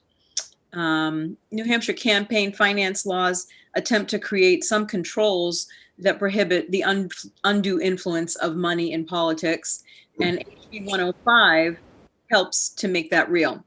This bill reestablishes the intent of RSA 664:4, Section 5, by ensuring that the identity of a donor behind the LLC is revealed before for political contributions, to prevent the current loophole that permits multiples of the campaign contribution limit from being submitted by an individual donor who has multiple LLCs available to them. As members of election law, I'm sure you're interested in supporting transparency and accountability where possible. And this is a bipartisan effort, as it was in the last session, to plug the LLC loophole for the state of New Hampshire. So a little background, in 2010, there was a gubernatorial candidate, John Stephen, who caused a stir when he raised over $100,000 from 30 limited liability corporations registered from just 2 addresses in the states of Massachusetts and Connecticut.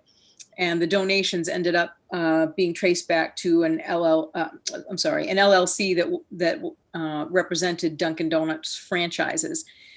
13 LLCs using the same addresses gave New Hampshire gubernatorial candidate Kevin Smith donations that went well beyond the individual legal limit.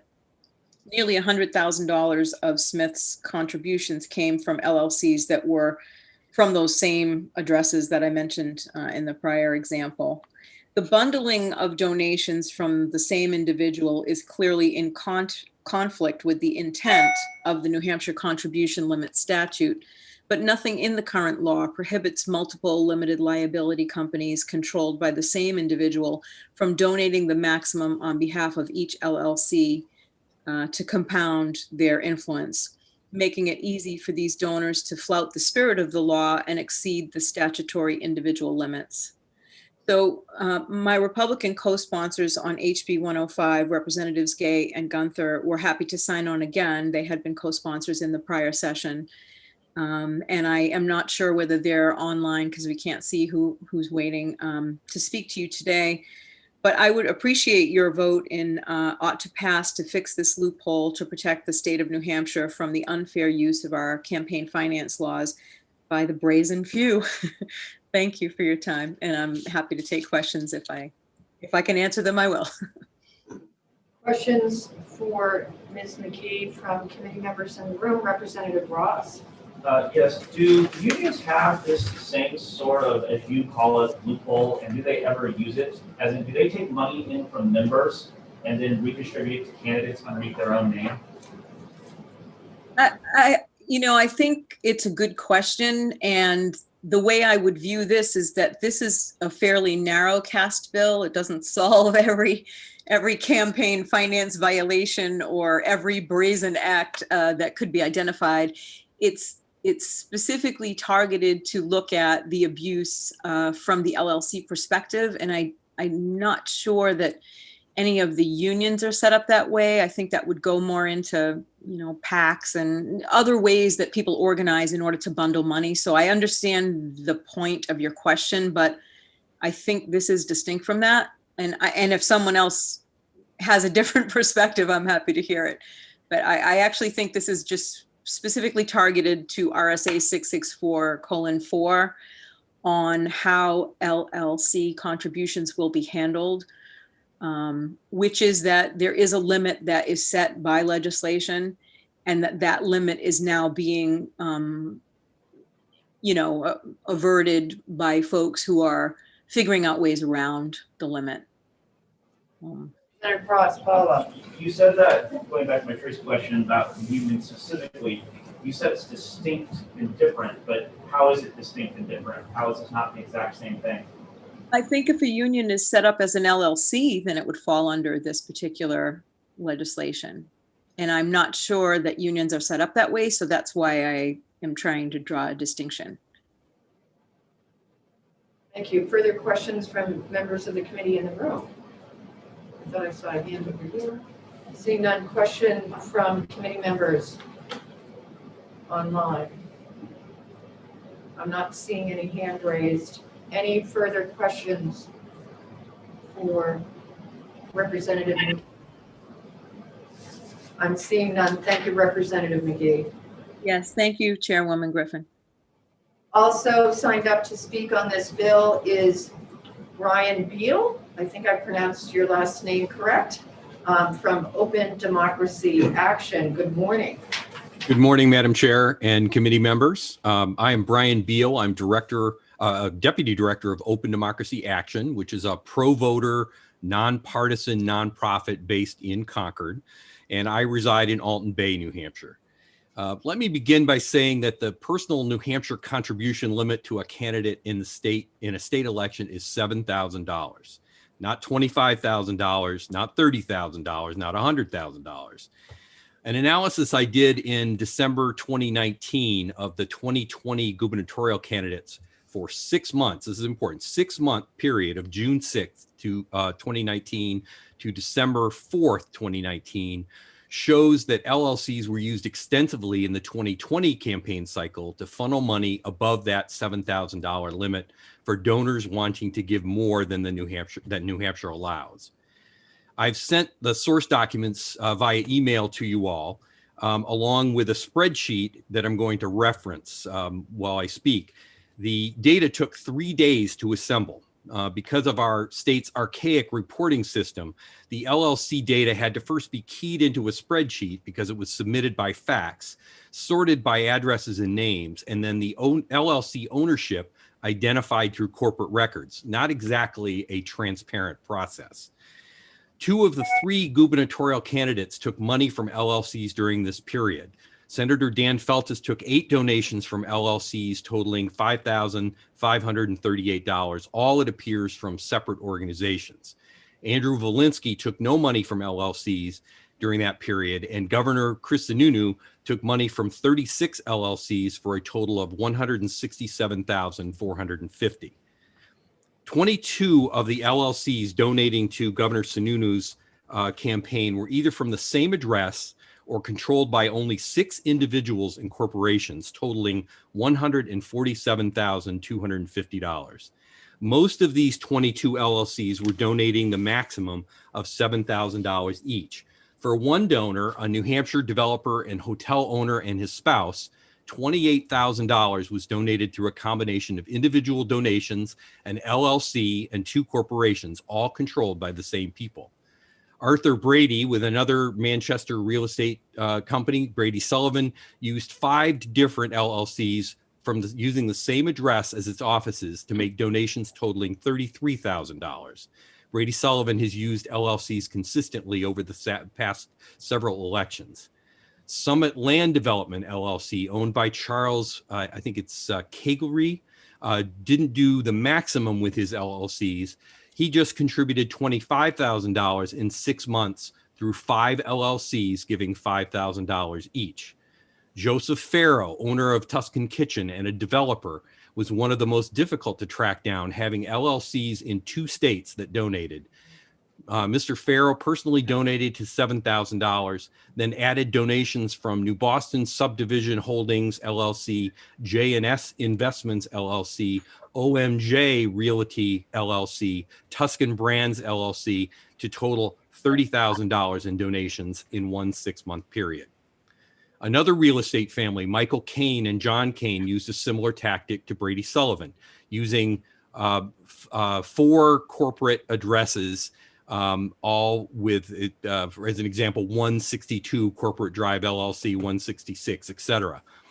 Michael and John Kane donated in increments of $5,000 for a total of $25,000. There are more, but I'll spare you. It's bad enough that corporations are making direct donations to candidates in our state, something which has been outlawed now in many states.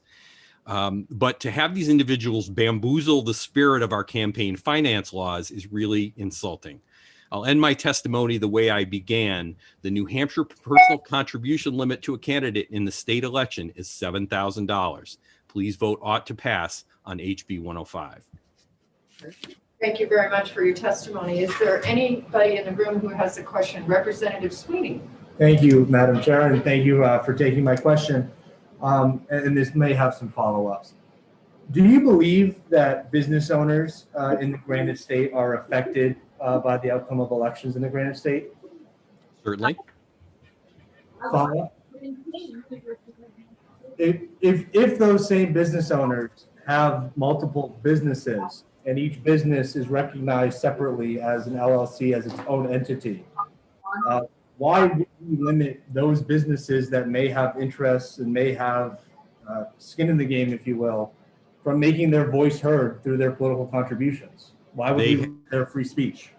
They have a personal limit of $7,000 as it is currently the statute. Personally, but we currently allow LLCs to meet those personal limits as well. And this bill changes that. And I'm just trying to wrap my head as to why we would limit the political speech of those entities. Well, the entities are owned by those individuals. So this bill, an LLC doesn't have any political speech. I'm sorry, I'm asking one person a Representative question. McGee, if you can please mute. You have been recognized and spoken and are not part of the discussion at this point. Thank you. I'm sorry, I didn't know, there's no way for me to unmute. I don't have any option to do anything. You're not recognized. Thank you, Ms. McGee. I'm sorry. We're sort of doing the technical thing ourselves. I've just muted you. Thank you. Representative Sweeney. I have no further follow-up. All right, Representative Terosian. Thank you, Madam Chair. Thank you, sir, for taking my question. If you're still there. Certainly. I think we all agree there's lots of money in campaigns these days and the numbers going up. Many types of donors and donations. For comparison purposes, could you give similar figures to the players you just mentioned for monies and donations from trade unions in the state, or perhaps even out of the state? Well, there is another bill before you today which addresses the donations coming from corporations and trade unions specifically. Trade unions are not part of this bill, so it's about apportioning. This bill is about apportioning the the percentage of ownership in the LLCs toward a personal donor's total. So if you own a 20% share of that LLC that's making the donation, that amount would go to your personal donation total. But it does not involve trade unions. Thank you, Representative Mooney. Thank you, Madam Chair. Thank you for your testimony. I appreciate all of the examples that you gave.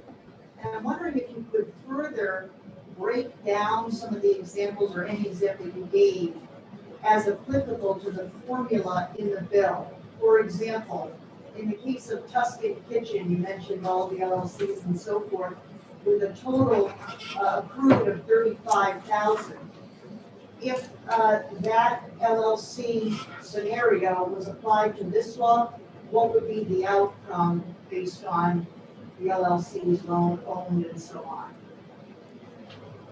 Access to this information is very difficult. So as I said, it's not a transparent system. And when I did this research, I can see who are stockholders or owners in these corporations, but I do not have the tools to be able to identify what percentage they have. Follow up, That Representative. LLC. I'm all set. Thank you very much. Well, then I have a follow-up. Thank you. If you're not able to see the percentage of ownership in the LLC, how is this bill to be implemented?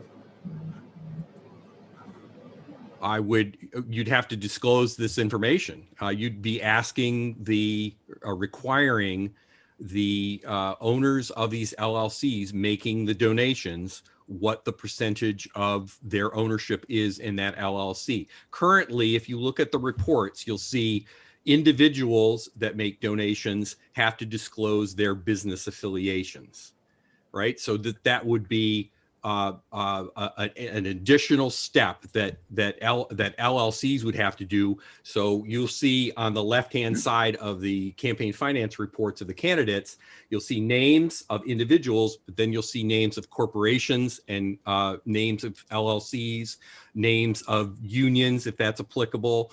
And you'll see those, and then you would want to just have another column that would disclose what the percentage of that ownership was in an LLC.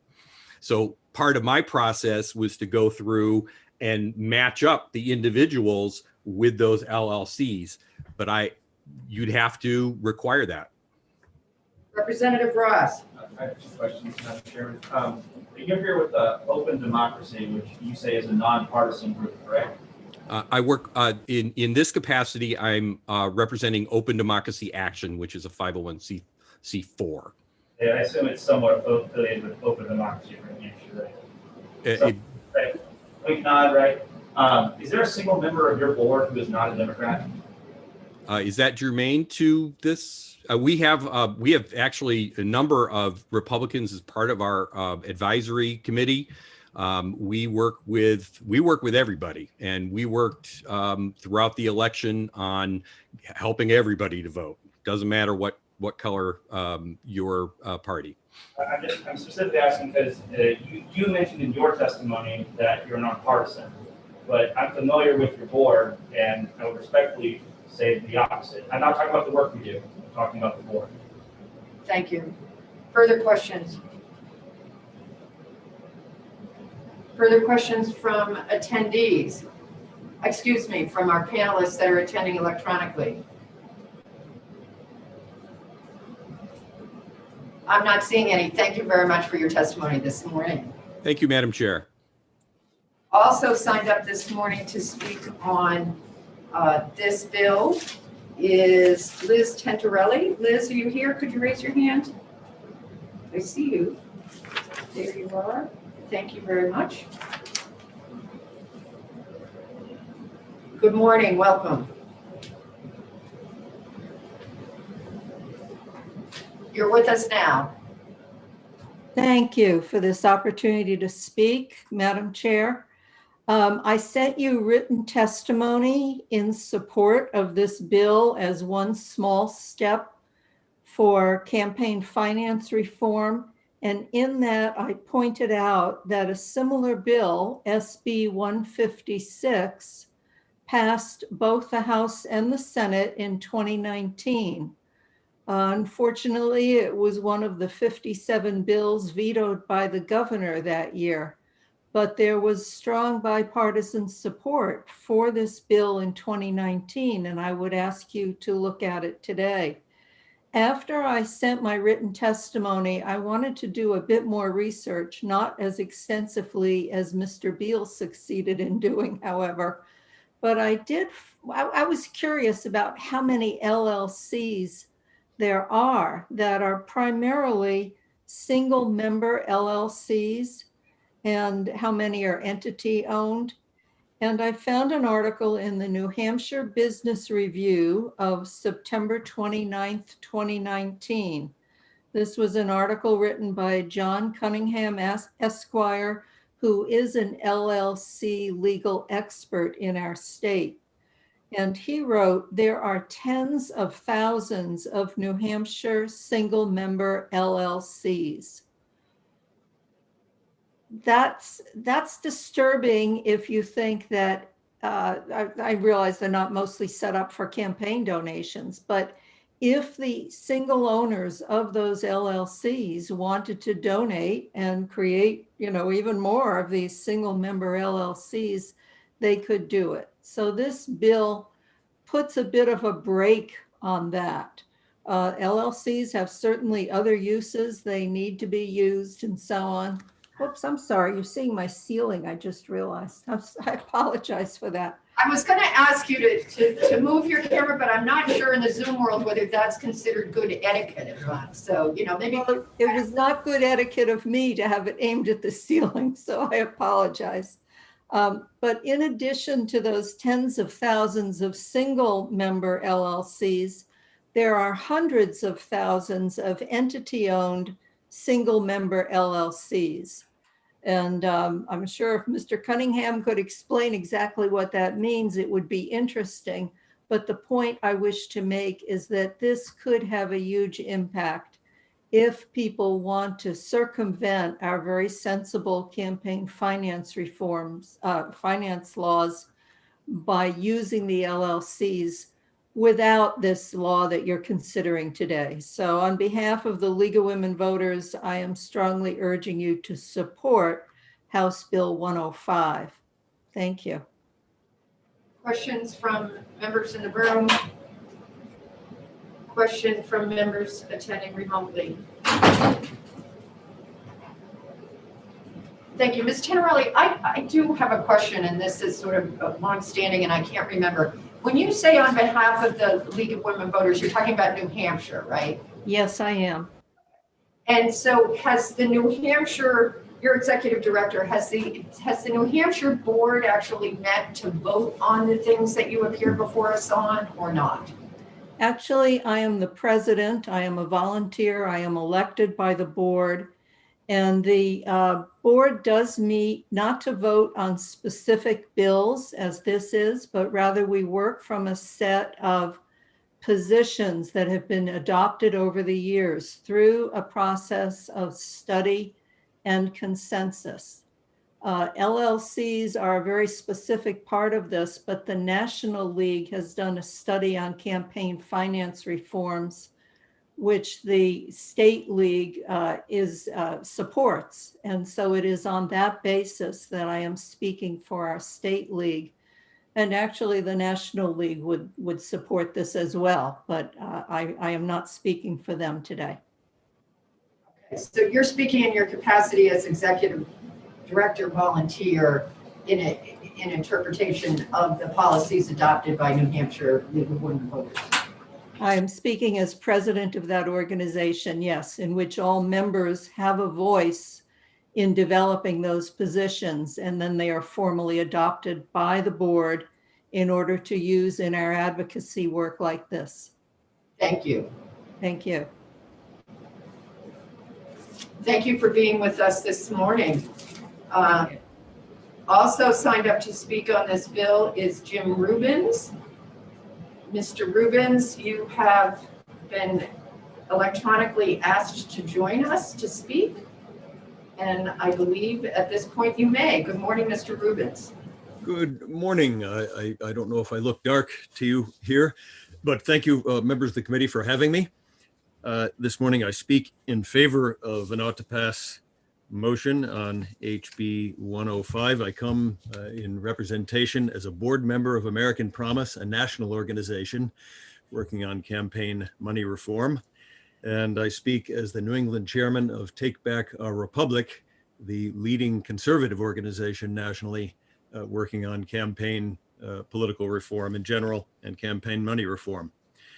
A little tiny bit of background. I'm former state senator, Republican from the Upper Valley area. I live in Hanover and Etna. I am former chairman of the New Hampshire GOP Platform Committee. I've served on 2 separate legislatively authorized campaign money commissions, which have wrestled with these and many issues associated with campaign money reform. I have run for governor as a Republican, for U.S. Senate twice as a Republican, so I've got quite a bit of experience. Also senior political advisor for Gordon Humphrey when he ran for governor as a Republican in the primary for New Hampshire. So I've got a lot of different types of experience dealing with campaign money issues, both as a candidate, as an advisor, and as a volunteer in organizations. So again, there are just 2 points I'd like to make in favor of the ought to pass motion here on this bill is the general value of campaign money limits and the need to close what really here is a specifically identified gaping loophole in the money limits we have here in New Hampshire. So first, the value of limits. And I know many conservatives like myself support the Citizens United decision, which forbid limits in many types of expending, but specifically authorized and supported direct to candidate contribution limits. So one of the bedrocks of conservative thinking about campaign money is the 2010 Citizens United decision. It specifically authorized, condoned both transparency reporting so that people know where the money is coming from and direct to candidate contribution limits. So this bill is very consistent with the conservative bedrock of thinking about campaign money.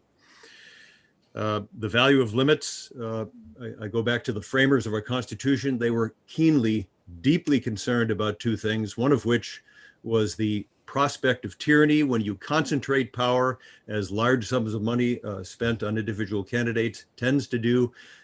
It tends to increase risk of tyranny, concentration of power, abuse of power, and secondly, risks of corruption. The founders, framers of our U.S. Constitution thought very, very carefully about dispersing power. When you allow large sums of money, i.e. through this LLC loophole, concentrated sources of money to flow to a specific candidate, you increase the risk of corruption and you increase the risk of undue influence.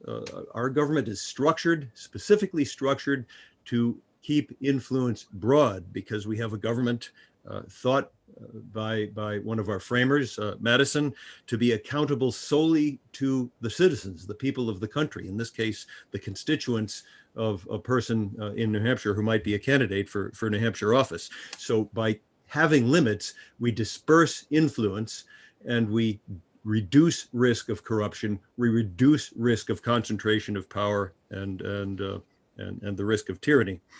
Secondly, it's fairly obvious, this bill doesn't seek to correct every single means by which campaign money can be concentrated into one hand and thereby increase influence on a particular candidate. But this is a known, identified loophole. It can be closed simply. It's a simple, short bill.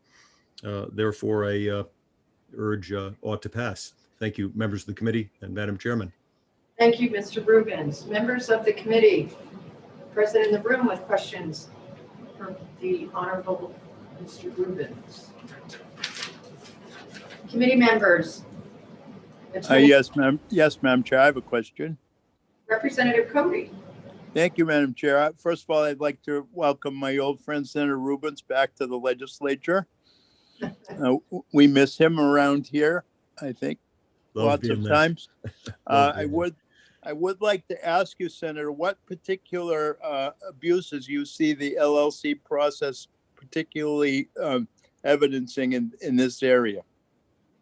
I'm not going to ask you about how your organization, what your organization's decision-making process is. Thank you. Yeah. Both organizations, Take Back Our Republic, again, the leading conservative organization focused on campaign reform, political reform, and American Promise, another national organization on whose board I sit, see the value, as is evident in New Hampshire's campaign law, in dispersing power, in making sure that individual members of our legislature, our governor, our members of our executive council are accountable to all their constituents on a broad basis. Again, the theory here, and I'm not going to identify any specific instance of corruption. I don't know of any specific instance. I'm a very strong supporter myself of Republicans. I give money to Republicans. I strongly support our governor. However, there is a risk when you allow a single individual to concentrate large sums of money in the form of a contribution to a particular candidate, and that candidate comes into office. That particular voice, that donor voice, is amplified. And the risk of that is that the broad range of citizens, constituents, that candidate, that member of the legislature, governor, executive council represents might be silenced, suppressed, less listened to. So what we're doing is we're eliminating risk. This is completely consistent with campaign finance law in New Hampshire, very consistent with Citizens United, which sees value in dispersing power. This is completely consistent with our framers and founders' structuring of the Constitution to make sure that we don't have concentrated power and that we make sure that government is accountable solely to the people, in this case, to constituents. So this is deeply consistent with fundamental conservative values, the structure of our government at the state and federal level. I don't know if that answers your question or not. Thank you, Senator. It does. Thank you. However, I will, Senator Rubins, with your permission, ask and follow up. Representative Cody having reminded me, committee members do not have the advantage of the sign-up sheet, which I have, which has individuals signed up as representing an organization, but speaking as a member of the public. So Senator Rubins, if you could clarify, you signed up as representing American Promise, but are identified as a member of the public. So in what capacity are you appearing here this morning? Like the last questioner, both American Promise and Take Back Our Republic have not examined this particular bill, but both organizations support limits to individual contributions to candidate. And this loophole in our state law allows essentially unlimited contributions controlled by and sourced from a single individual. So the loophole in our state law is totally inconsistent with the primary mission of two organizations that I work with. So just for my further clarification, is it fair to say that you're a volunteer member of those organizations then, which is why you're not appearing as a lobbyist? In both cases, I'm not paid anything to do this work. Thank you. Representative Sweeney. Thank you, Madam Chair, and thank you, Senator Rubins, for taking my question. So just off of Madam Chair's question, so you are here today representing multiple entities? Correct. Follow up? Representative Sweeney. Would you say those multiple entities have their own political autonomy in their operations? You mean, are they dependent on sources of money that flow to them? Undoubtedly. Okay. That's all I wanted. Thank you.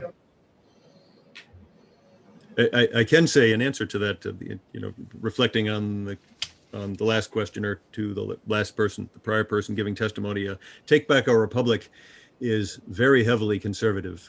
Board members and staff and advisors. We can make a very solid claim to being the nation's leading organization, conservative, backing campaign reform and political reform. Thank you.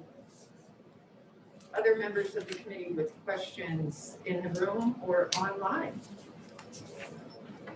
I'm not seeing any hands up. Thank you, Senator Rubens. Thank you. Also signed up to speak on this bill is the Honorable Mr. Perry.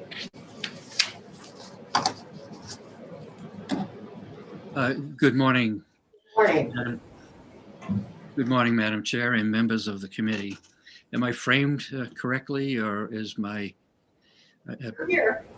Okay. Didn't know whether I was pointing at the water stain in the ceiling. No, actually, your video, I just have your name. Okay. I speak in support of HB 105. And depending on when I speak, you will have heard or are yet to hear in great detail the current legal abuses of money in politics that tilts political influence heavily in favor of the wealthy.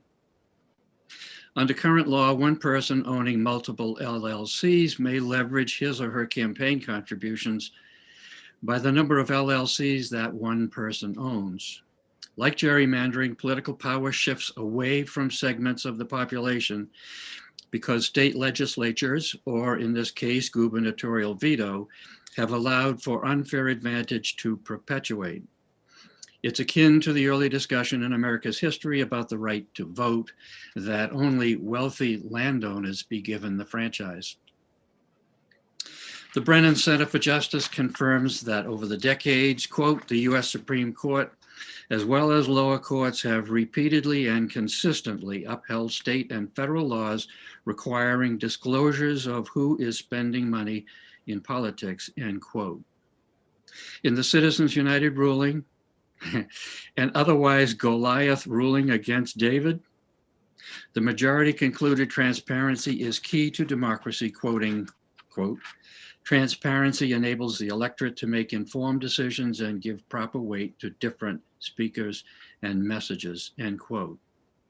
In the case of the LLC loophole, the public is not being informed as to who is influencing our elections, instead only being informed as to the entity making those contributions, thus doubly offensive to democracy. One individual making multiple campaign contributions through ownership of multiple LLCs, and then LLC members making campaign contributions anonymously.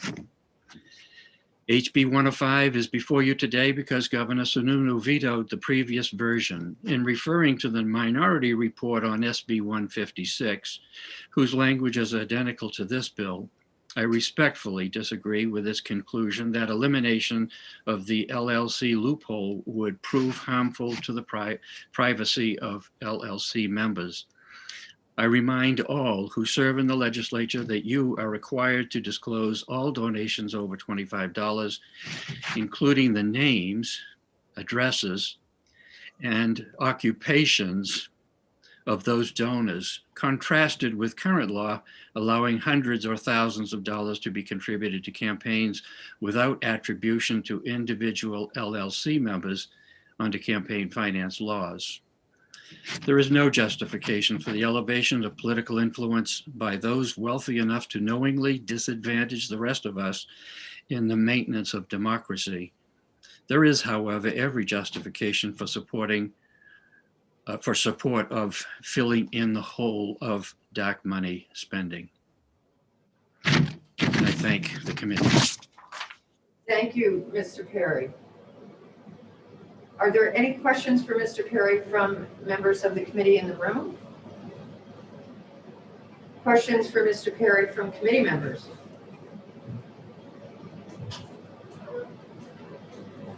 Let me just check to make sure I don't have any hands up anywhere. I'm not seeing any. Thank you for joining us, Mr. Perry. Thank you. Also signed up to speak on this bill is Olivia Zink.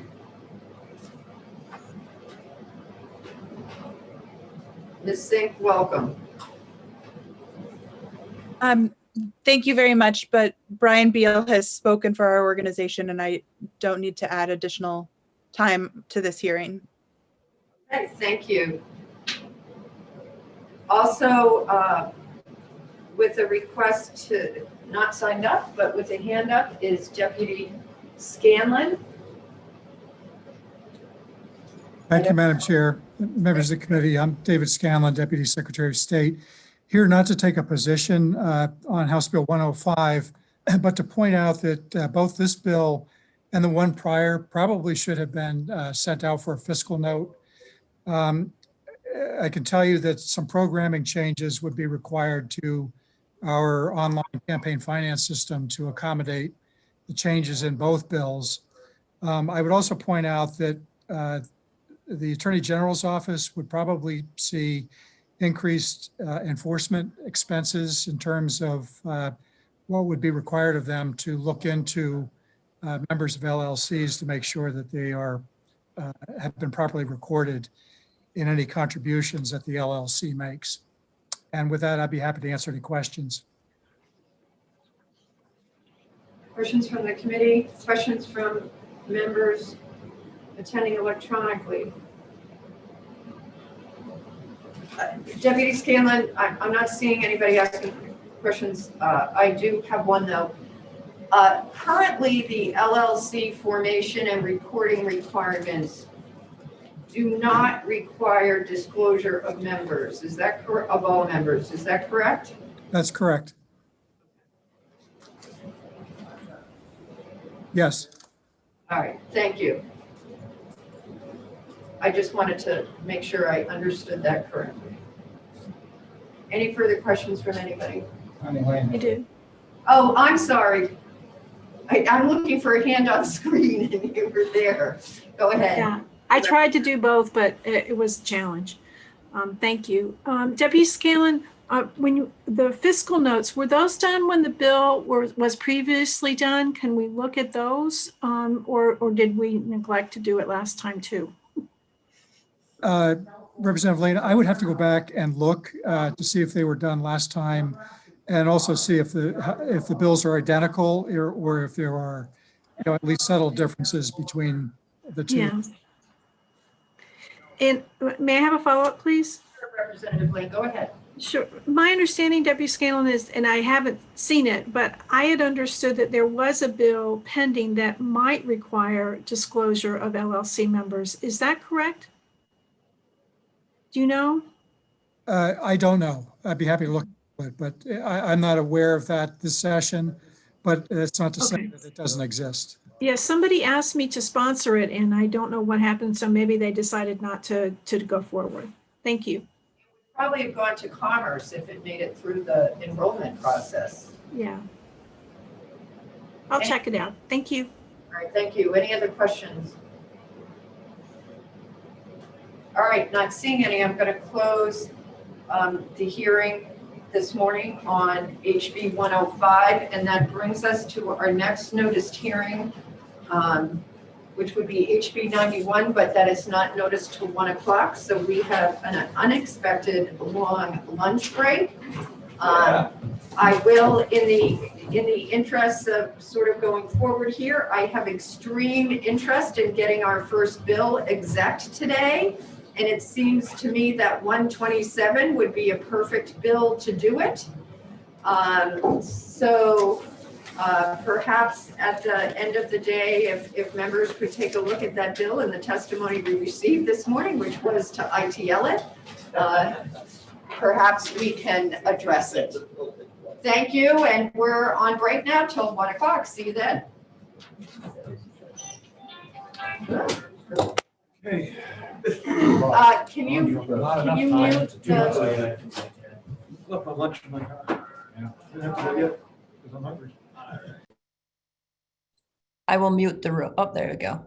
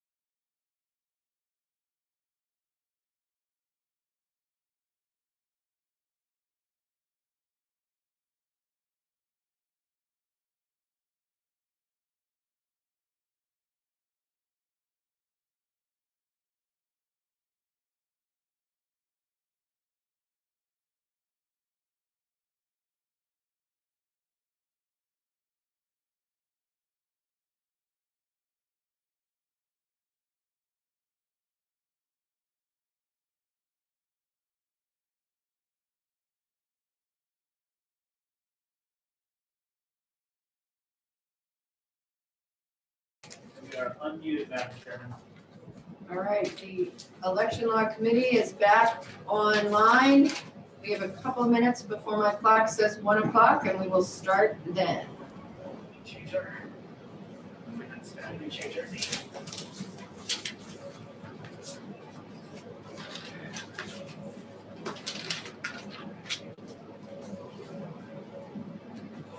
GI.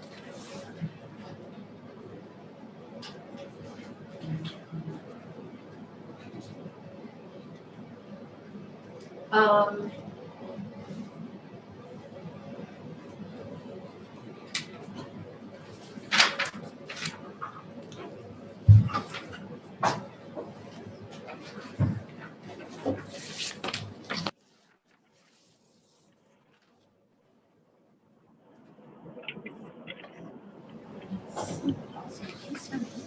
Sure, I will do that later.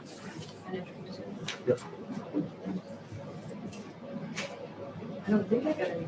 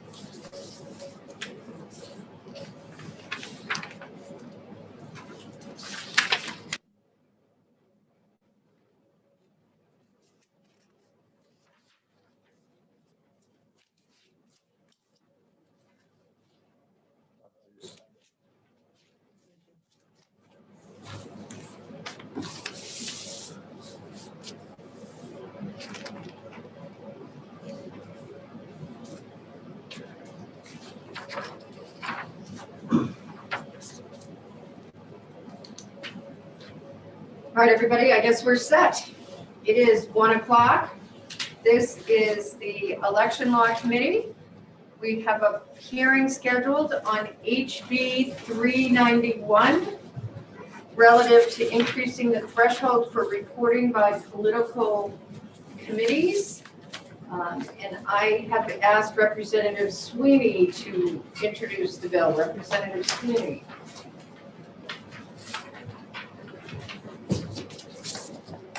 Thank you, Madam Chair and members of the committee. I am not a sponsor on this legislation, but I am introducing it. This bill, as the analysis says, increases the dollar threshold for reporting by political committees.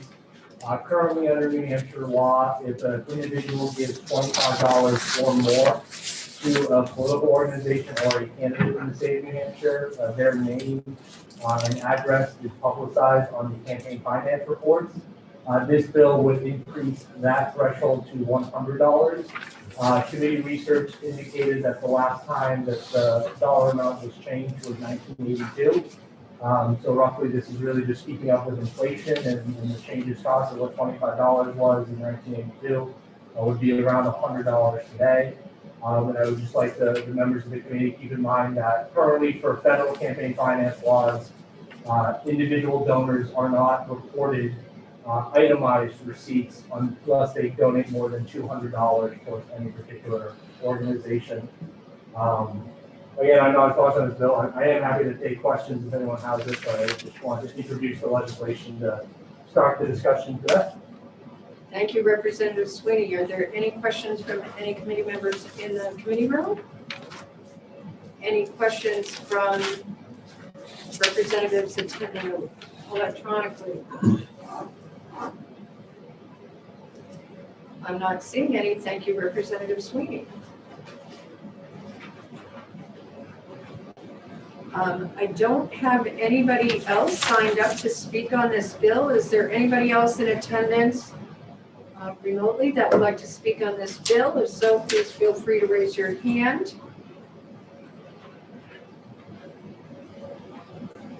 Last call for testimony on HB 391.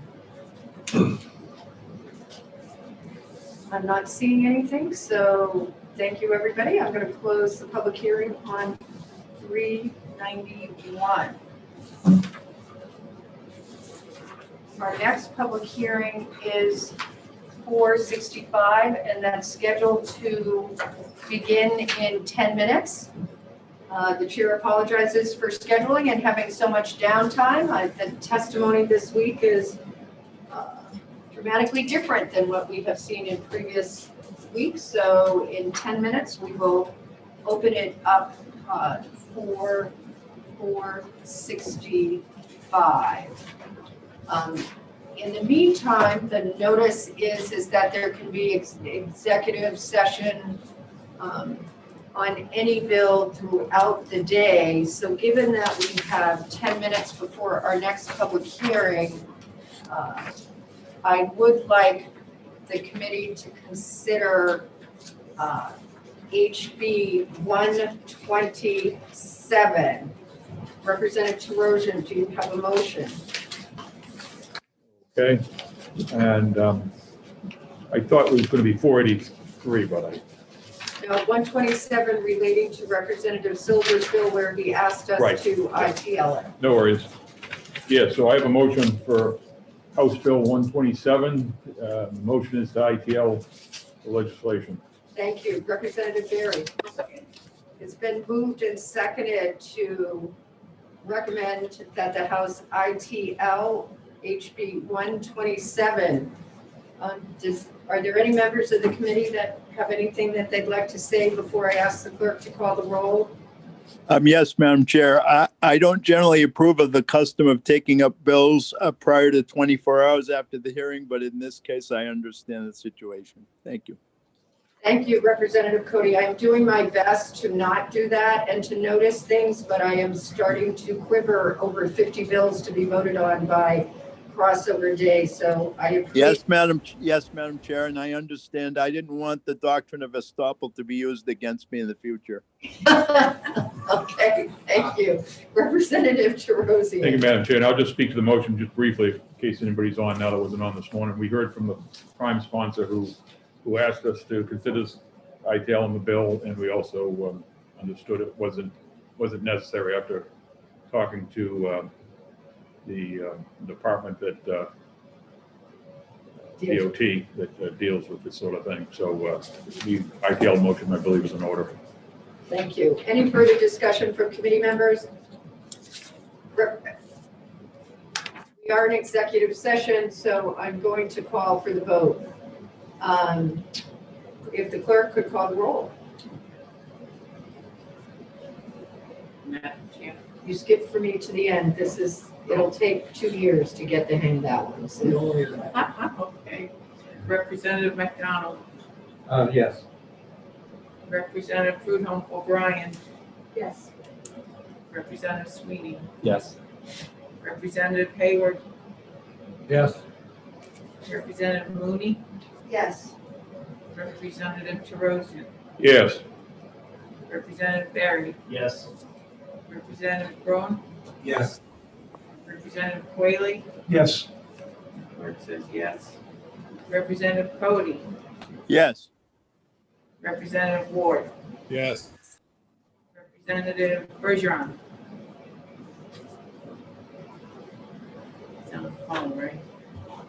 No, I don't see him in attendance, so continue. Representative Sandler,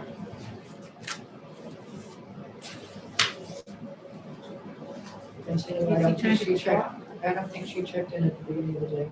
Continue. Representative Hammer, Hamer, yes. Representative Lane, Yes. Representative Freitas, Yes. Representative Hamblett, Yes. Representative Muirhead, Yes. Madam Chair. Yes. A big deal. So is the vote 18-0? Yes. Move consent. So the vote is 18-0. Unless a member of the committee has an objection, that would go on the consent calendar.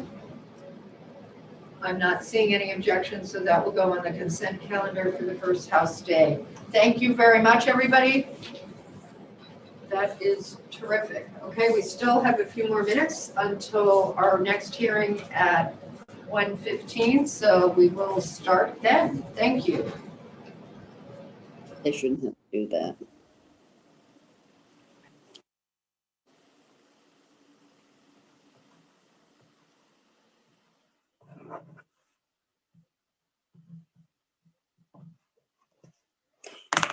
that. I can play on different cards, can I? I don't know what the hell I'm doing. I don't know what the hell I'm doing. 391. I'm gonna go back here.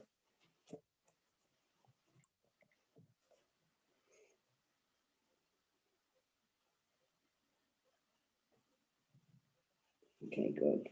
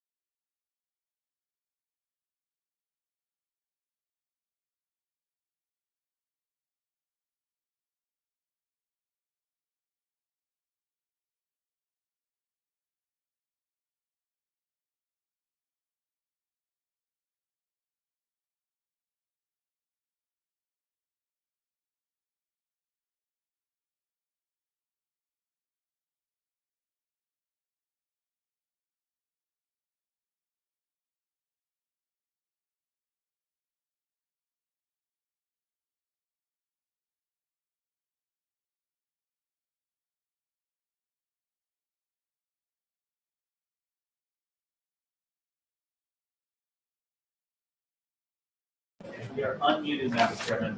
All right, and I believe the video is on, so it is 1:15, just so people are aware, I'm going by the clock on my computer here in front of me. If I don't see any objections out there, I'm presuming I'm being heard just fine.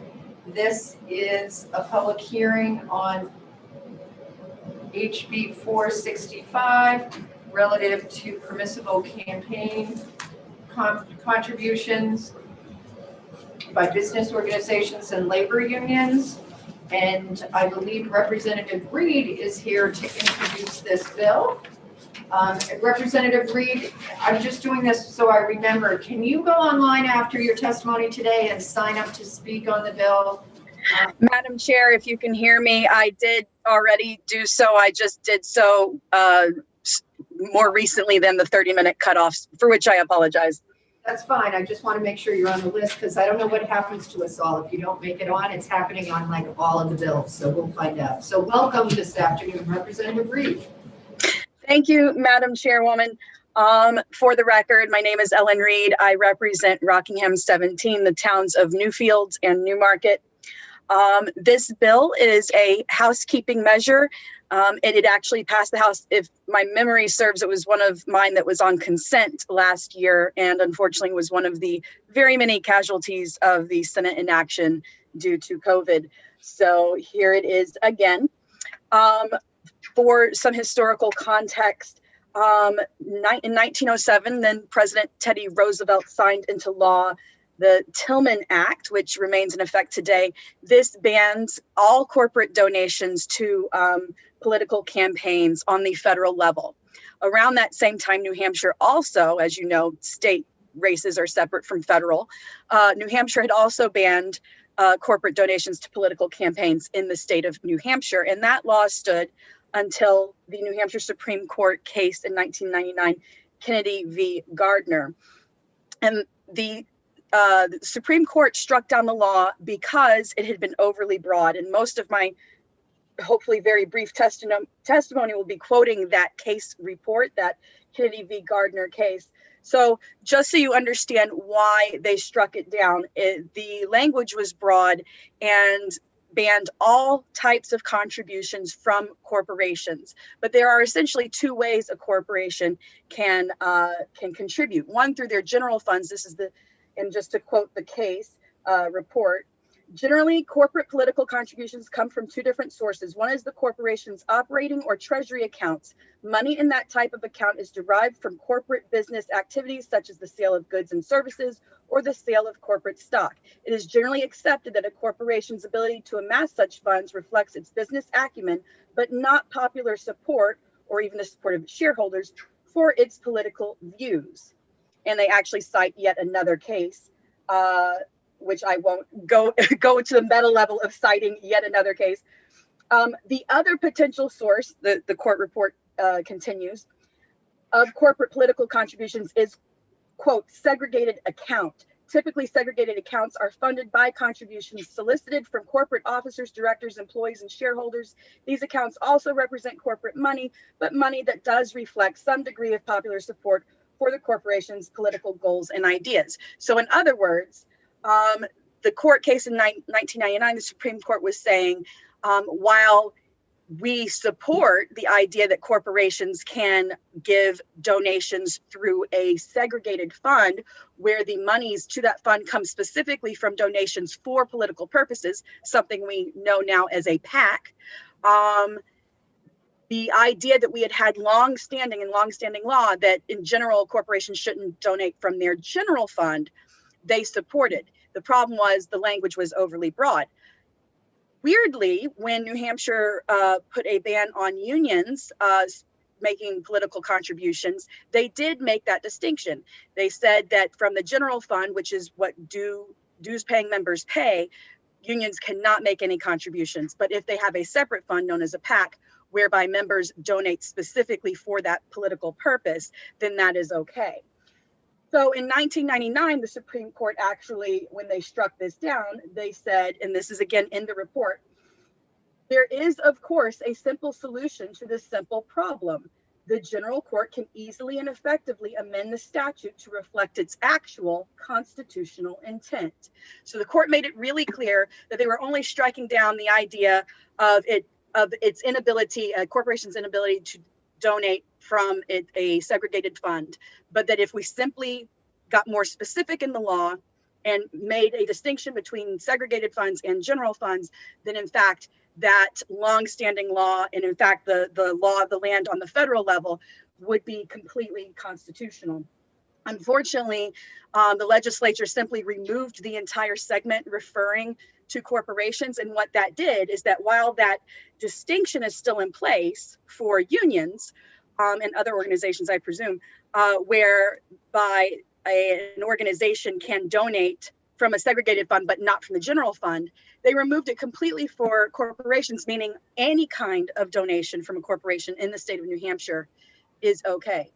So all this does is it uses that same language to make that distinction per the court's suggestion, so that from segregated funds, corporate donations are fine as long as it's that separated fund, what we know as a PAC, and then general funds that come from, as the Supreme Court said, business acumen from selling goods and services, where customers are not necessarily supporting necessarily the political goals of a corporation, that those donations would be illegal, as had been the law of the land for about 100 years prior, and is still the law of the land on the federal level. And with that, I guess I'll take questions. Thank you, Representative Reed. Questions from committee members in the room? Representative Hayward. Thank you, Madam Chair. Thank you, Representative Reed, for taking my question. You have spelled out in this two types of organizations, but by only spelling out specifically two types of organizations, did you intentionally exclude other types of organizations which are not a business or not a union? Thank you so much for the question. My goal in this was not to create new law. My goal was simply to clarify the law that had been existing up until 1999 and do as the Supreme Court had suggested to keep with the original intent, but keep the language itself specific enough as to be constitutional. So I did not create any new organization categories that don't already exist in law. Thank you. Further questions from committee members? Further questions from committee members attending electronically? I'm not seeing any. Representative Reed, I do have a question. Was this your bill HB 1643 last year? Does that ring a bell? I would not be surprised. I don't have the number in my head as to which bill it was last year, but that sounds like it could be correct. I just wanted to see if I might refresh your recollection, because I thought you said that this passed unanimously last year. I believe the bill was HB 1643 and the committee vote was 13-7. Does that sound right? That may very well be the case, Madam Chair. I don't believe I said it passed unanimously. I thought it might have been one of my bills. There were a few, I think 5 or 6 that were on consent, and I thought it might have been one of those. But I trust the chair's recollection on the issue. Thank you. Any further questions? All right, seeing none. Thank you for testifying and thanks for signing up. Thank you, Madam Chair. We do have other people signed up to speak on this. Is Joseph Bagshaw here today? I see him, and if you could unmute yourself. You are with us, Mr. Bagshaw. Yes, I am here. You are? Yes. Well, thank you for this opportunity to speak in support of HB 465. I'll try to be very brief. The Citizens United decision, although it acknowledged that corporations are not really people, nevertheless awarded to corporations the right to spend as much money as they cared to on political campaigns. In other words, they could have as much free speech as they chose to buy. But a corporation per se cannot speak. It doesn't have vocal cords. It doesn't have breath. It doesn't have hands to type a memo. So who then speaks for the corporation? When you hear the voice of a corporation, who is speaking? The shareholders? No. It is the small cluster of men and occasional women in the boardroom and the executive suite who make those decisions for the corporation. But they don't have to spend their own money because they have the keys to the treasure chest, the corporation's general fund, general treasury, whatever it is called.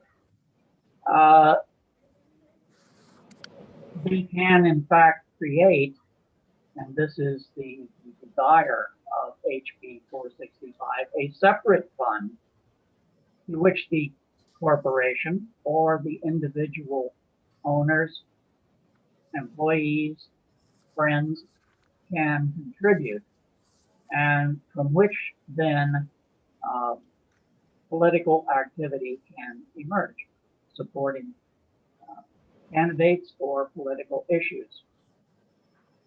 That is the intent, as I understand it anyway, of HB 465.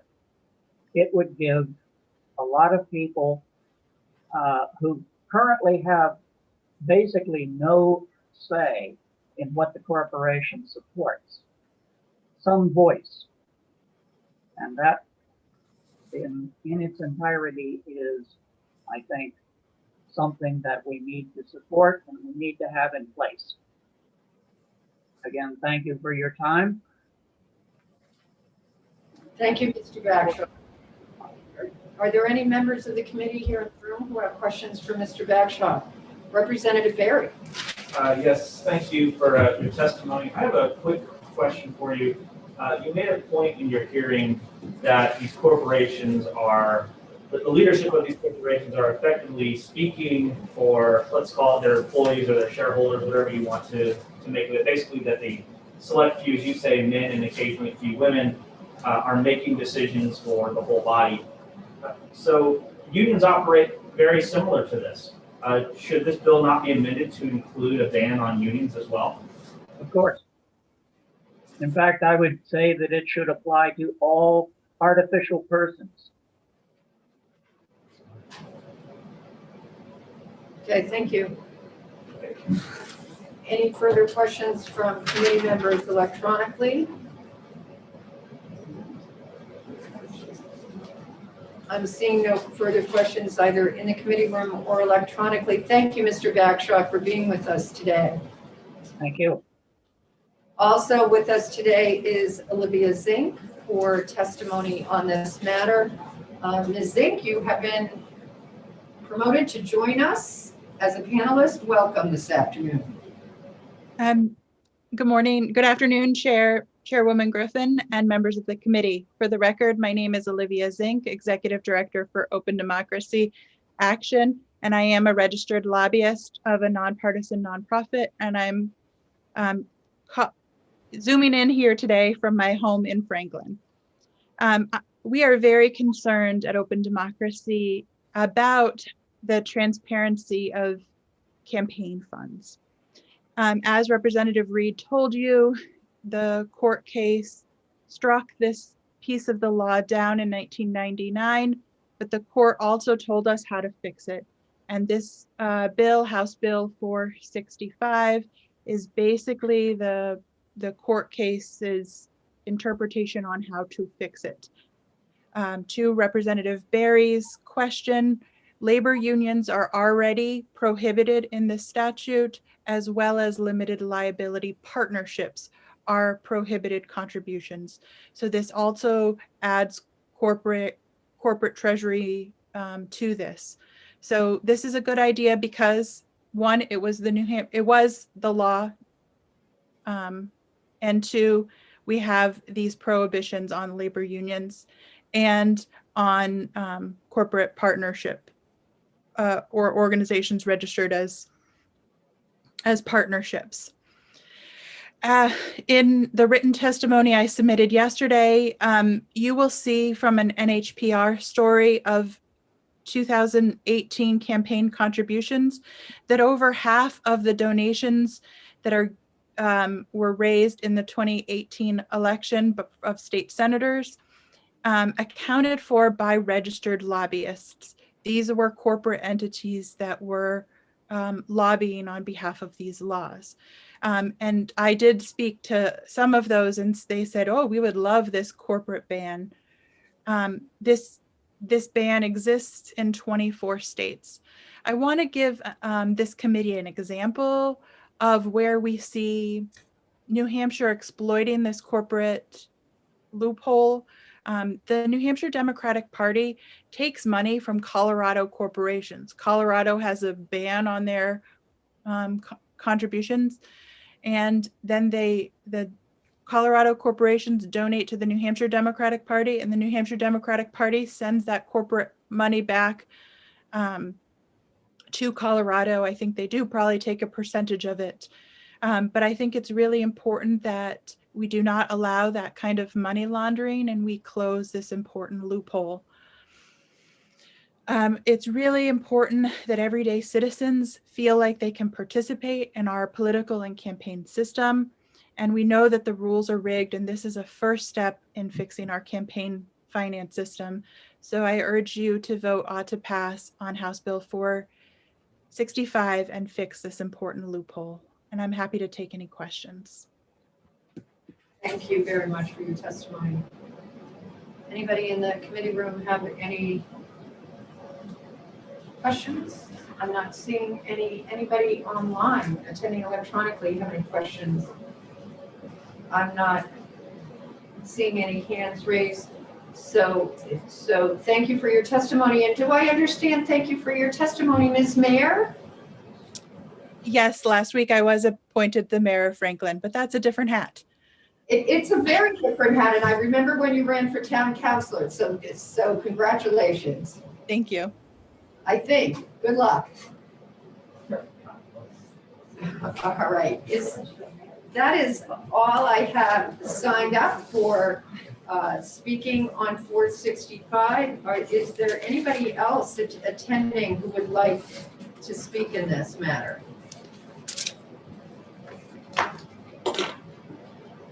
I'm not seeing anybody's hand raised, so I'm going to close the hearing on 465.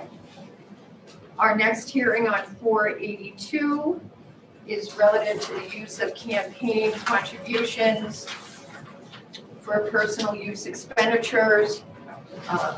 I have signed up to speak on this bill, the prime sponsor, and one other person, Representative Burrows. Welcome to the committee this afternoon. And I'm waiting for you to appear on my screen, and you are there. Okay, can you hear me? Yes, we're all set. Welcome. Awesome, thank you. Good to hear your voice, Madam Chair. And thank you for having me here to testify today. For the record, I'm State Representative Anita Burrows, and I represent Bartlett, Jackson, and Harts Location. This bill came before the municipal committee last year. My recollection is it passed 17-3 and was one of the bills waylaid because of the COVID crisis. The purpose of this bill is to better clarify what we have, a murky line that exists between personal and political campaign expenditures. And I'm not going to read my testimony, but I think we have seen some abuse in the past from both sides of the party of people using campaign expenditures for personal items, such as for flowers for birthdays, funerals, and office gifts, auto repairs, Chamber of Commerce memberships, dry cleaning, gas unrelated to a campaign, and there was a contribution to the governor's inauguration.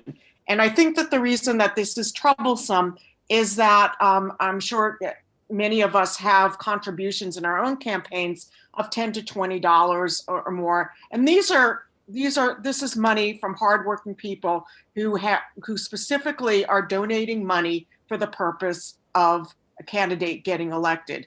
They did not intend that money to be utilized for personal expenses. And I think the root cause of this problem is the fact that New Hampshire state legislators are paid so little. But the answer is not to abuse campaign expenditures, in my opinion. That's a different issue. I live 2 hours away, 4-hour round trip. I knew when I signed up that I would have hotel expenses. My husband and I agreed that that was something we would incur. And I do not expect my constituents to pay for that hotel room after an election. So the real law as it is written now does not define what a personal expense is. And federal law states that uses the irrespective test, which is a good test, which says that a personal use is any use of funds in the campaign account of a campaign to fill a commitment that would exist irrespective of a candidate's campaign or responsibilities as an office holder. But our state law does not delineate what a personal expense is. Now, I know that there was in the last time around in municipal, there was some concern about what some people categorize as the laundry list of things that this law would cover. If the committee would be more comfortable in categorizing those expenses in a certain way, I would be comfortable with that because I think it's just important that we just basically set a limit on what the expenditures can and cannot be used for. This particular law was based on a law set in Utah, which they also delineate the authorized and prohibited use of campaign funds. Other states have chosen to do individual things, like Louisiana says that you cannot repay personal contributions or loans. Hawaii says that you can't donate excessive funds for charitable or scholarship purposes before an election date. I think it's just, however this is done, I just think it's important that we make clear to legislatures what they can and can't do with this money. So I guess I will stop there and I will answer any questions. Thank you. Thank you. Representative McDonald. Thank you, Madam Chairman, and good afternoon, Representative Burrows. I was just curious as to what prompted this. Did a constituent or a donor reach out to you, or is it something that you just found troubling and you decided to do this through your own perspective? I actually no, it was not a constituent. I became aware of this issue when I was running for office for the first time in 2018. There was actually an article, the article might have come out in 2017, about campaign finance expenditures. And it concerned me. I actually then went through I did a random search of campaign expenditure reports from both sides of the aisle. And the examples I gave in my testimony are actual items that I found listed. So people were reporting on these things, but they, they were reporting on them. They weren't trying to hide them, but I think I found them to be troublesome in terms of what the intended use of the contributions were. And so that was the origin of it. Thank you. Thank you. Questions, Representative Sweeney. Thank you, Madam Chair, and thank you, Representative Burrows, for the question. Your legislation includes a list of prohibited items, but it's not limited to, including the first one is rent, utilities, meal expenses. Would you believe that some campaigns for state senate, executive council, governor that are governed by these laws pay rent and utilities for campaign offices and have meal expenses for staffers that are on those campaigns? And would that all be affected by your proposed legislation? I think your point's well taken, and I think the point if the language isn't clear, it can be tightened up. The purpose of this, if these are not personal expenses that are used just for an individual, it is not meant to interfere with paying staff and those types of expenditures. Thank you. Questions from committee members here or electronically?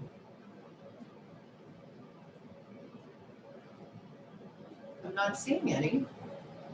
Thank you, Representative Burrows, for your testimony this morning. Thank you. Also signed up to speak on this bill is Representative Smith. Representative Smith, hold on, Representative Smith, I need to find you. I think you're with us as a panelist already.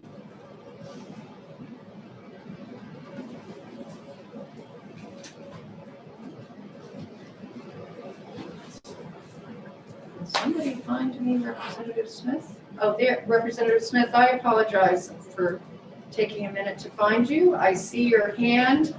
And now I am doing my push button thing. So welcome, Representative Smith, to election law this afternoon. I think you are all set to speak if you unmute. Thank you so much, Madam Chair. I am delighted to appear before your committee again. And it's strongly in support of this measure.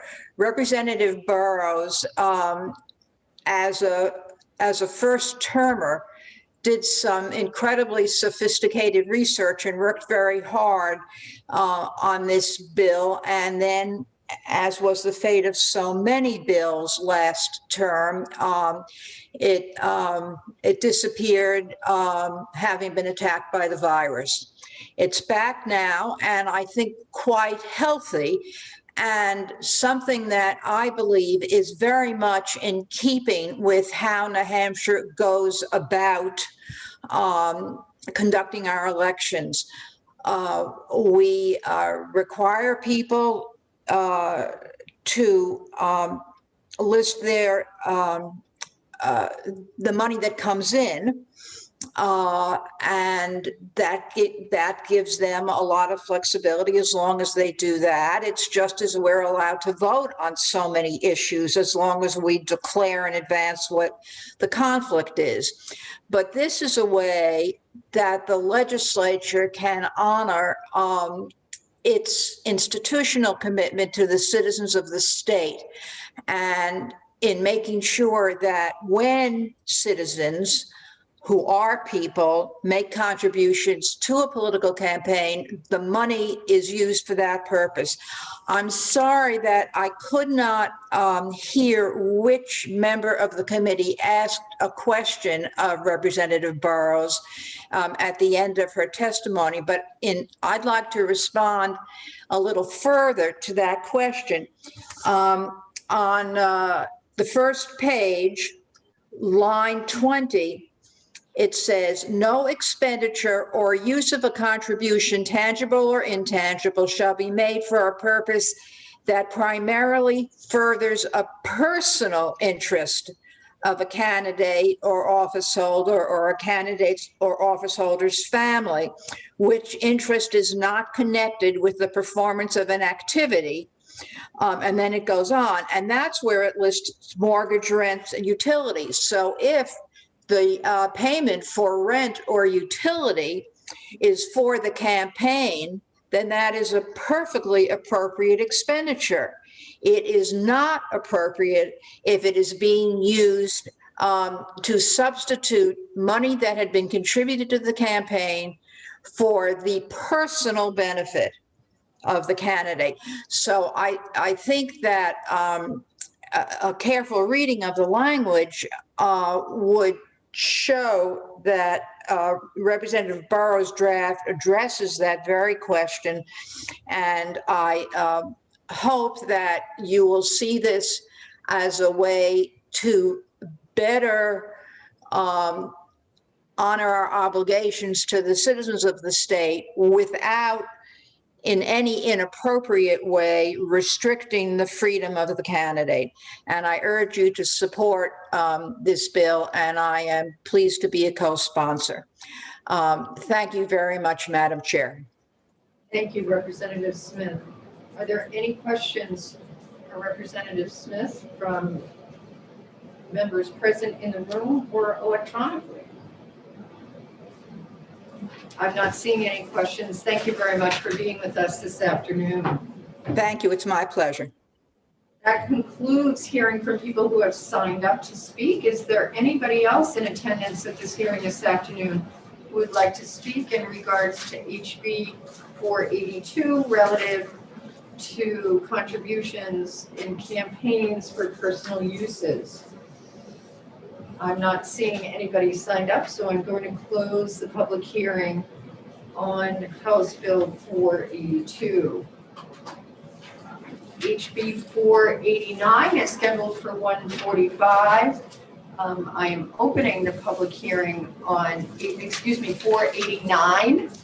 489 is a bill prohibiting certain political contributions. The sponsor for this bill is Representative Schultz. And Representative Schultz, I think you might already be a panelist. I don't see you anymore in my attendee. Is that correct? Hold on.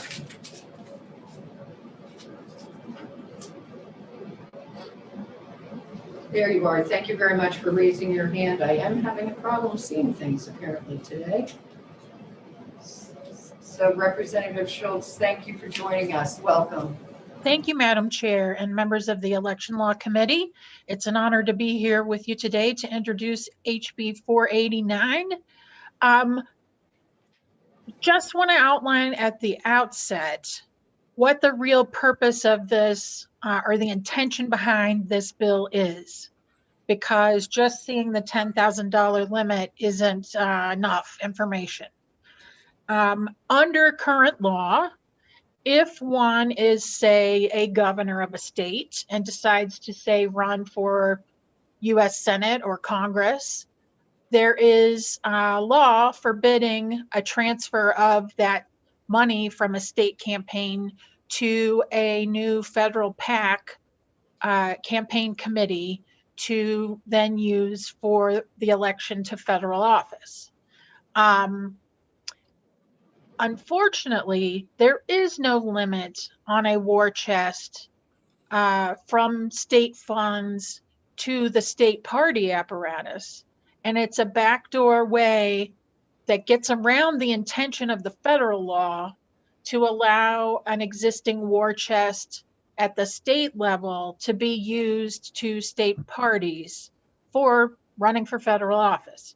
I have a problem with that.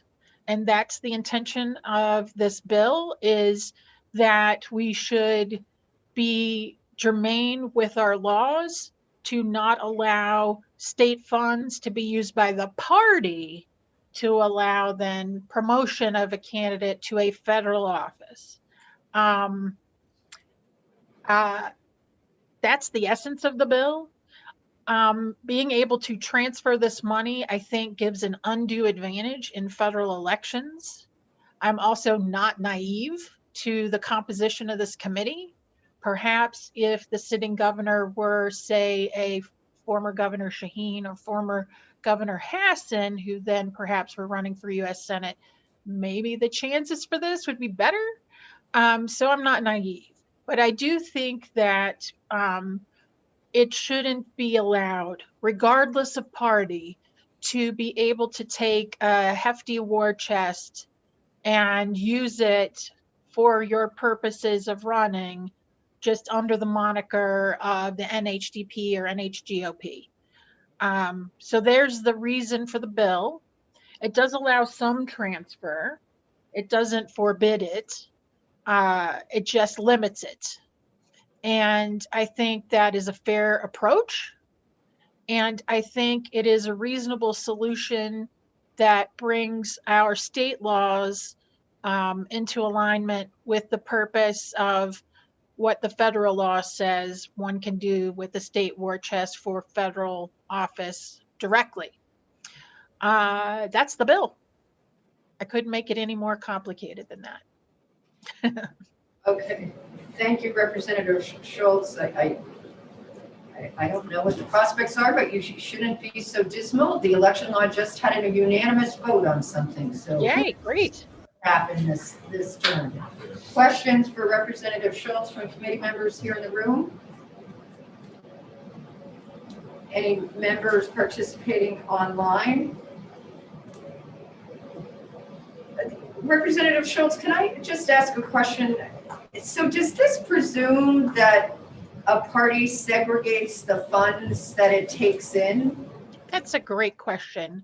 I'm actually happen to be the former executive director of the New Hampshire Democratic Party myself. As far as I know, there are no efforts to, there may be separate accounts that the parties may use for various purposes, but I am not aware of any specific divisions set aside to specify for federal elections on that level. So that is a good question and a good point. So in follow-up to that point, this would prohibit the transfer even if the candidate from whom the war chest is being used from transferring the money, even if they had no intention nor ever did run for federal office, correct? Correct. And I believe that is also the federal law that, and I'll double check, but I'm pretty sure that that is also a federal law if one is closing an account because they're not pursuing re-election. Okay, thank you. Any follow-up questions or further questions from committee members in the room or attending electronically? I'm seeing none, so thank you, Representative Schultz, for being with us here this afternoon. Thank you, ma'am. Thank you for your time. We do have a number of people in attendance on this bill. Does anybody in attendance want to provide their testimony or opinion as to HB 489 prohibiting certain political contributions?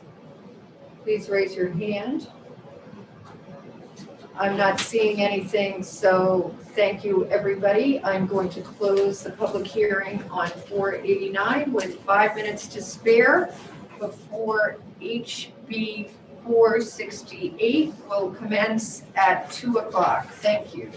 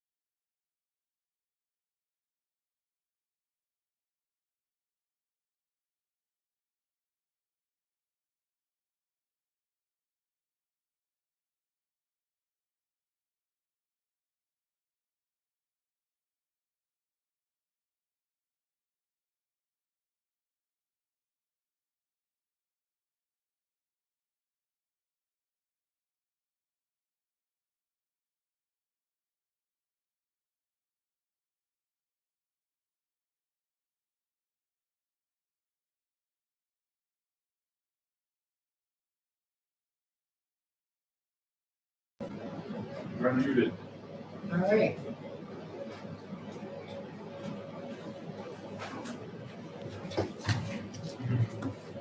Great, it is 2 o'clock. This is the Election Law Committee. The scheduled hearing at 2 o'clock is HB 468 relative to the definition of a political advocacy organization.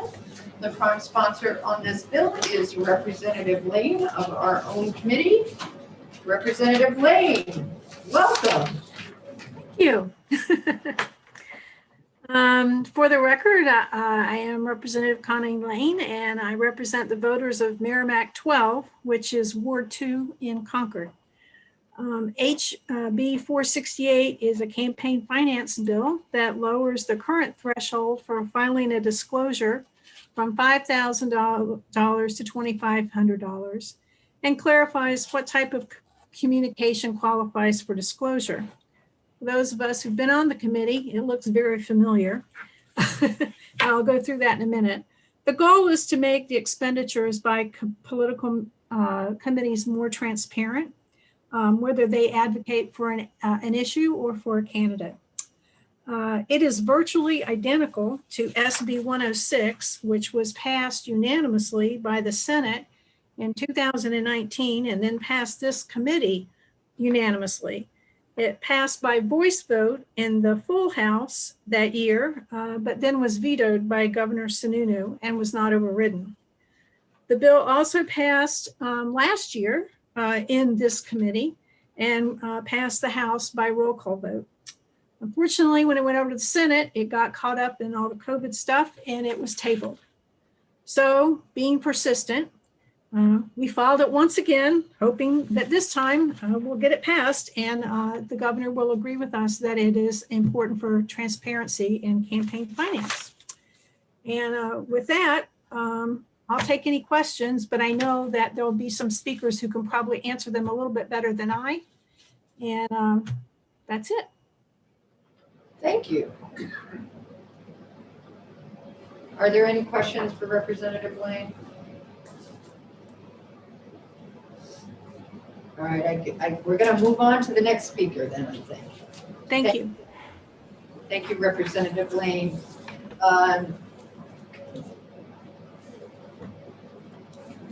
Senator Rubens is also signed up to speak on this bill. Welcome, you are with us. If you unmute, I think we will be all set. Muted and welcome back to Election Law. Yes, thank you for having me again. I won't reintroduce myself extensively, except to say that I'm here representing American Promise, on whose board I sit, and Take Back Our Republic, which is the nation's leading conservative campaign reform organization. And I urge this committee to pass this bill with an ought to pass recommendation, but I have a minor suggestion as to adjusting the language in the last sentence. Before I get to that, reasons for supporting this. This basically would help close a loophole, another loophole in the transparency of our state laws with respect to campaign financing. It's a good thing, a very good principle, according to most conservatives, that voters know where the money comes from. It reduces perception of corruption, it reduces potential corruption, and more information is generally better in government than less information.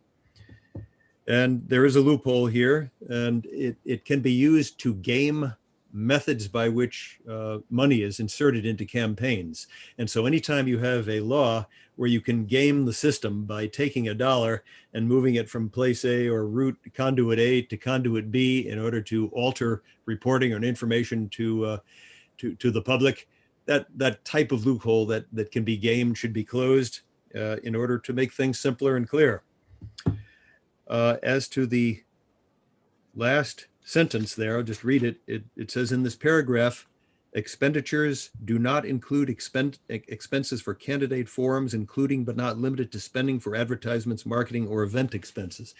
I see that sentence as a former legislator as being a place where there'd be ambiguity, unclarity, and again, the potential for gaming for reporting.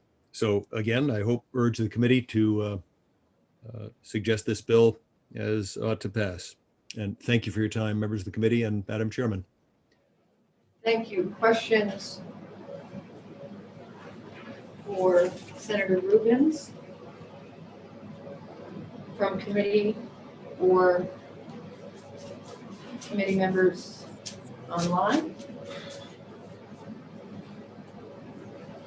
I'm not seeing any, so thank you very much.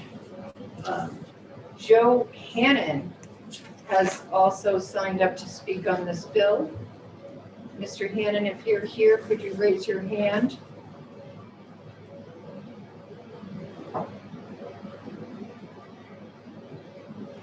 Anybody see Mr. Hannon? I'm not seeing Mr. Hannon. No, I don't see him either. Okay. Olivia Zink has signed up to speak on this bill.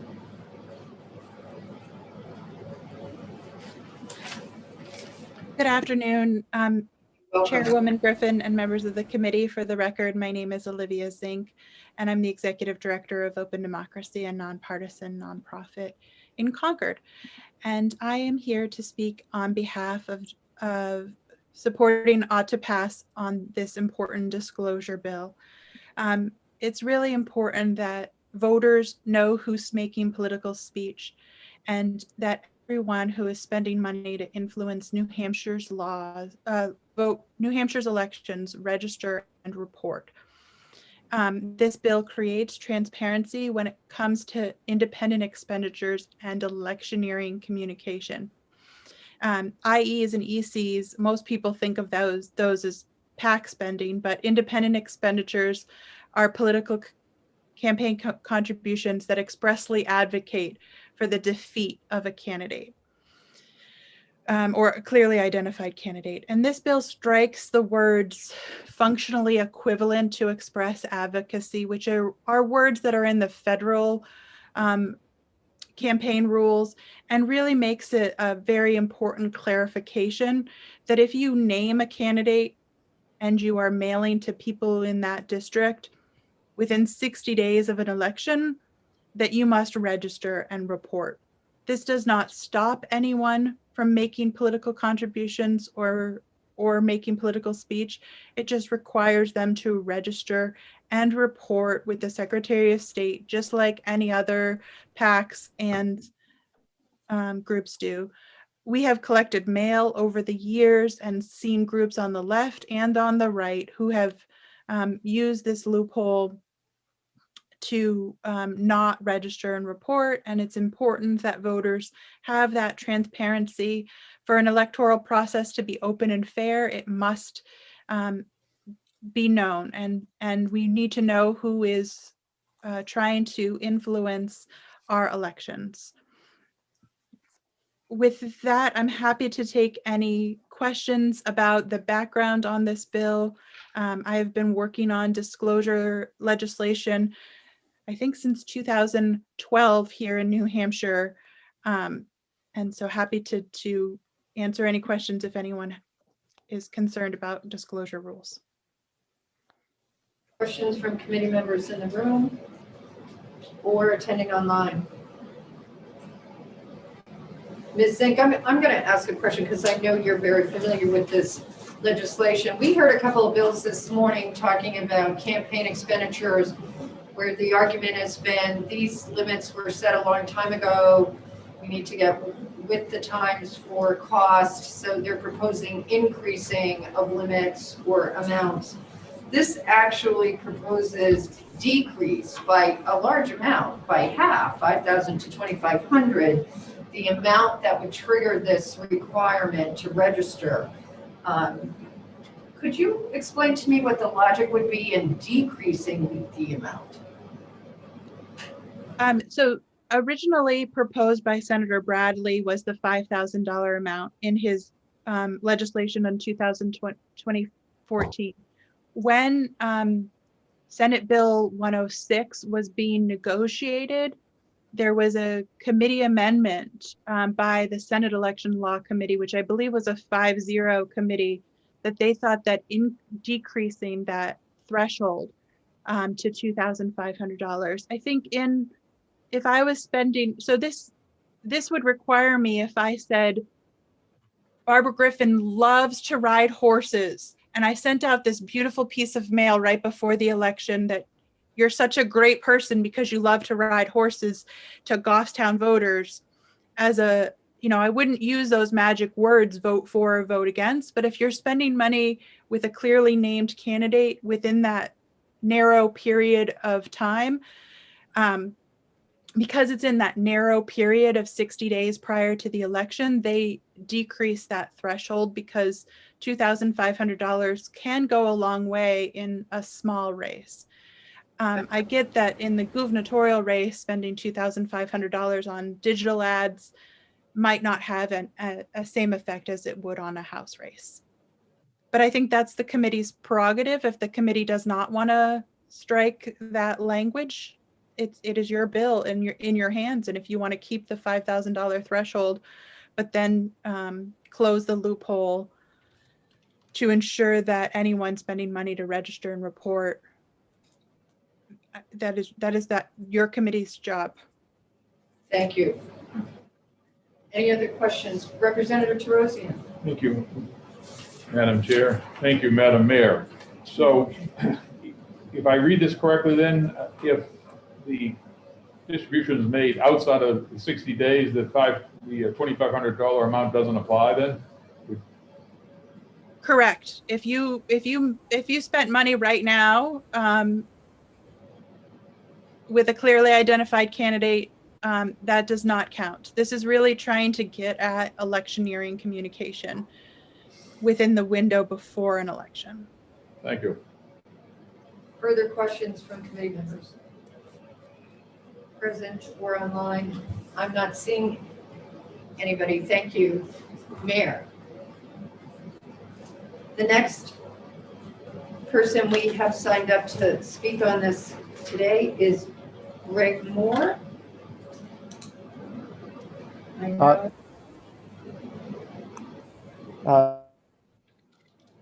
And he is with us and unmuted. Good afternoon, Mr. Moore. He was unmuted. Oh, he got bounced out. You're rejoining.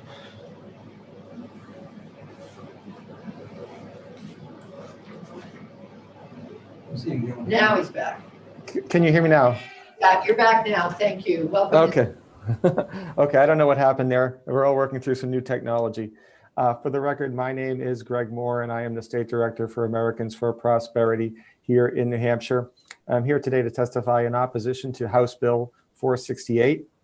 There are four reasons fundamentally why we oppose this legislation. The first of which is the obvious constitutional defect that would likely mean that this legislation, were it to pass, would not be enforced by the Department of Justice.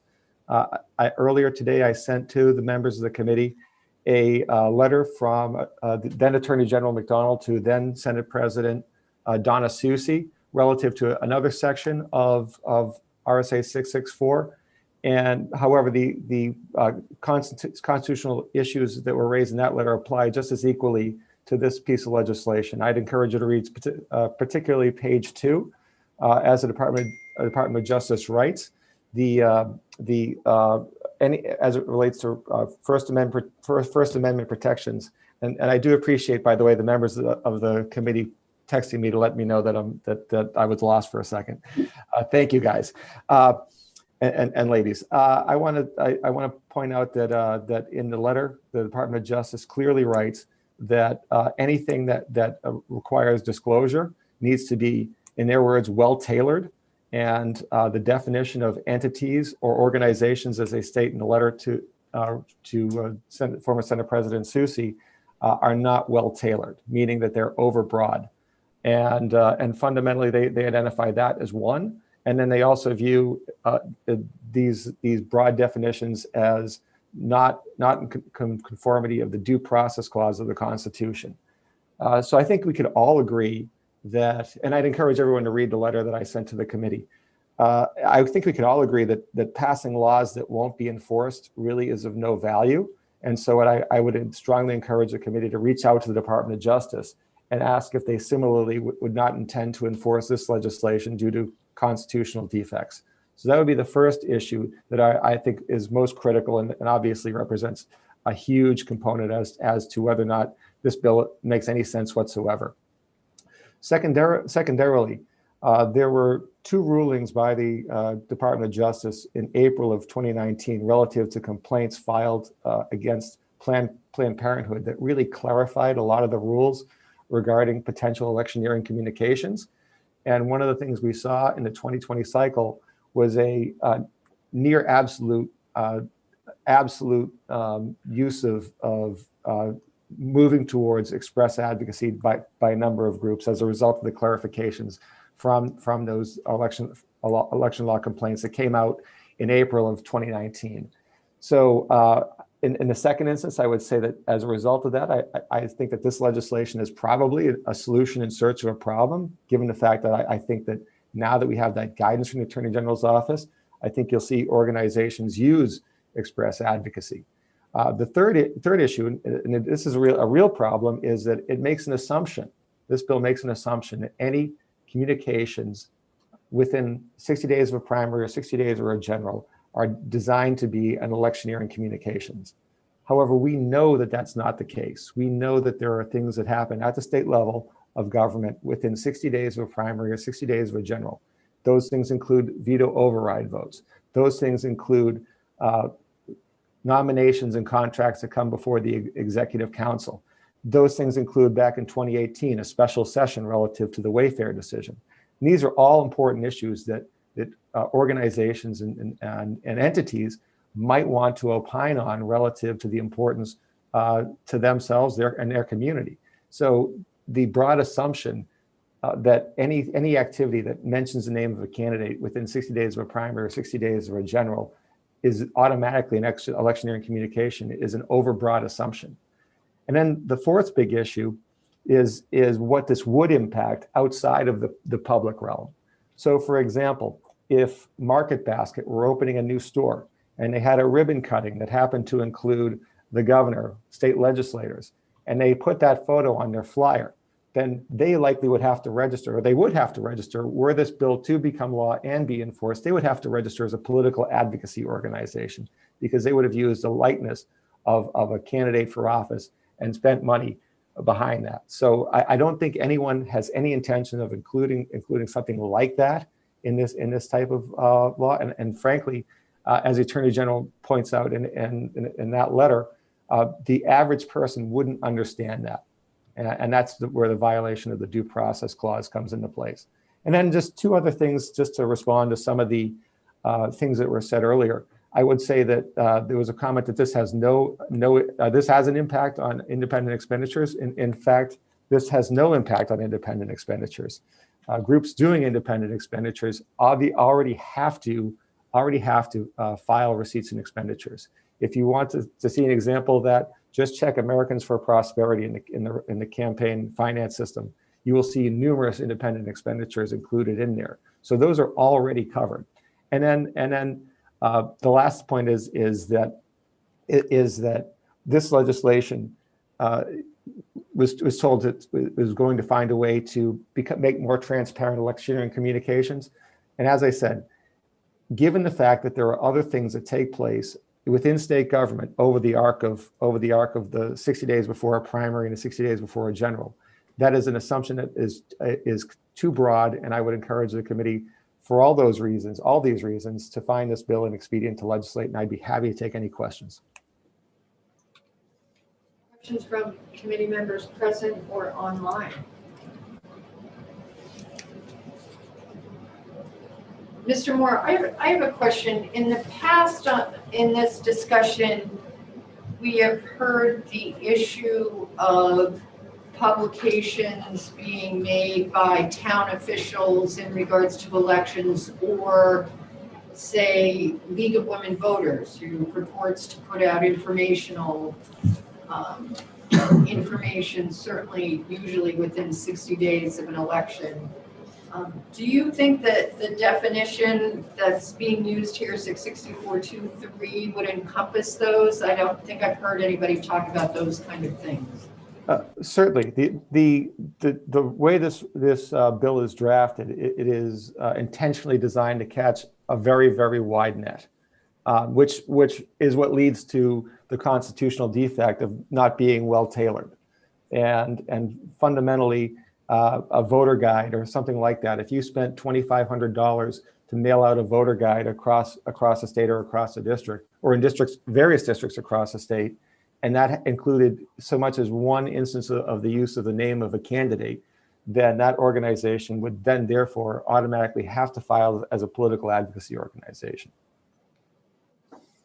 Thank you for the question. Any other questions?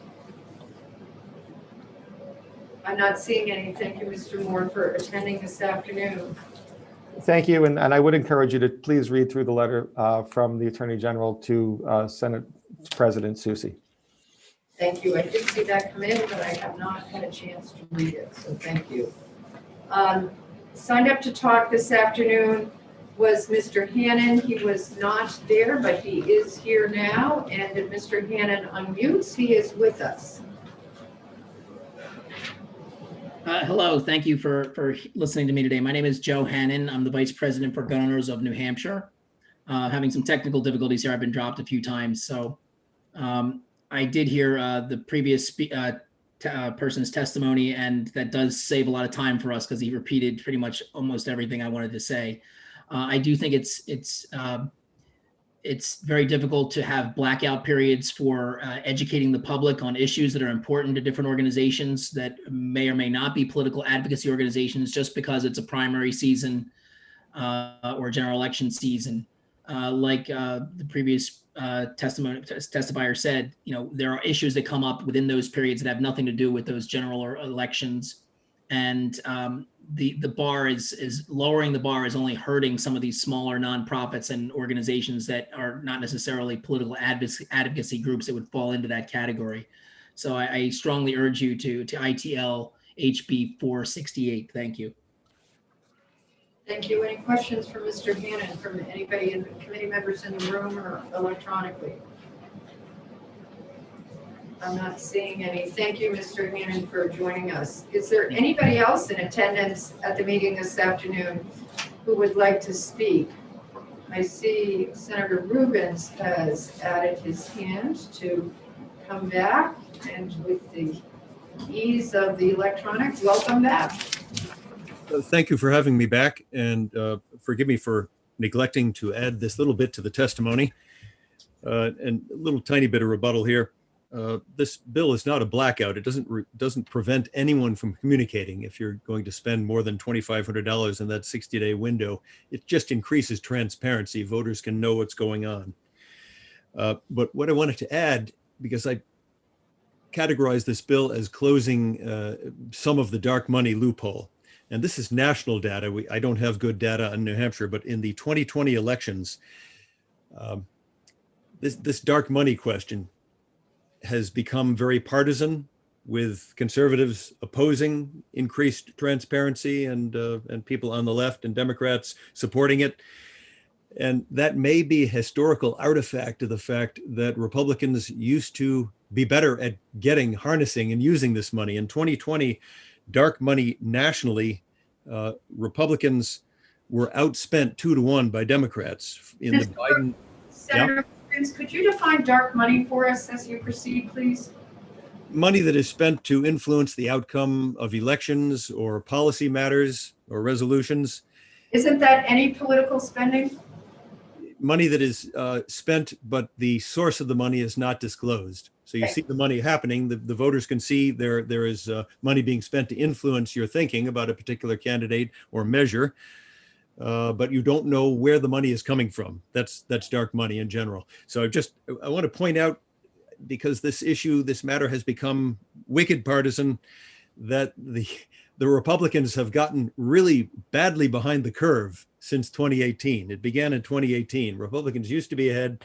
We're behind now. In the Biden Trump election that just happened in November, dark money for Biden, 6-to-1 greater than dark money for Trump. So in general, Democrats and the left have gotten a lot better at this technique than people on the right. So I don't want the issue to be partisan, but in the past, I have a theory that people on the right have supported restricted transparency as a result of Republicans potentially being better at harvesting and using dark money. That's no longer the case. This matter should not be partisan at all. I'll conclude there. Thank you, Mr. Rubens. Thank you for humoring my questions during your testimony. Does anybody have any further questions for Senator Rubens? Anybody online or present? I'm not seeing anybody. Thanks for staying with us and coming back.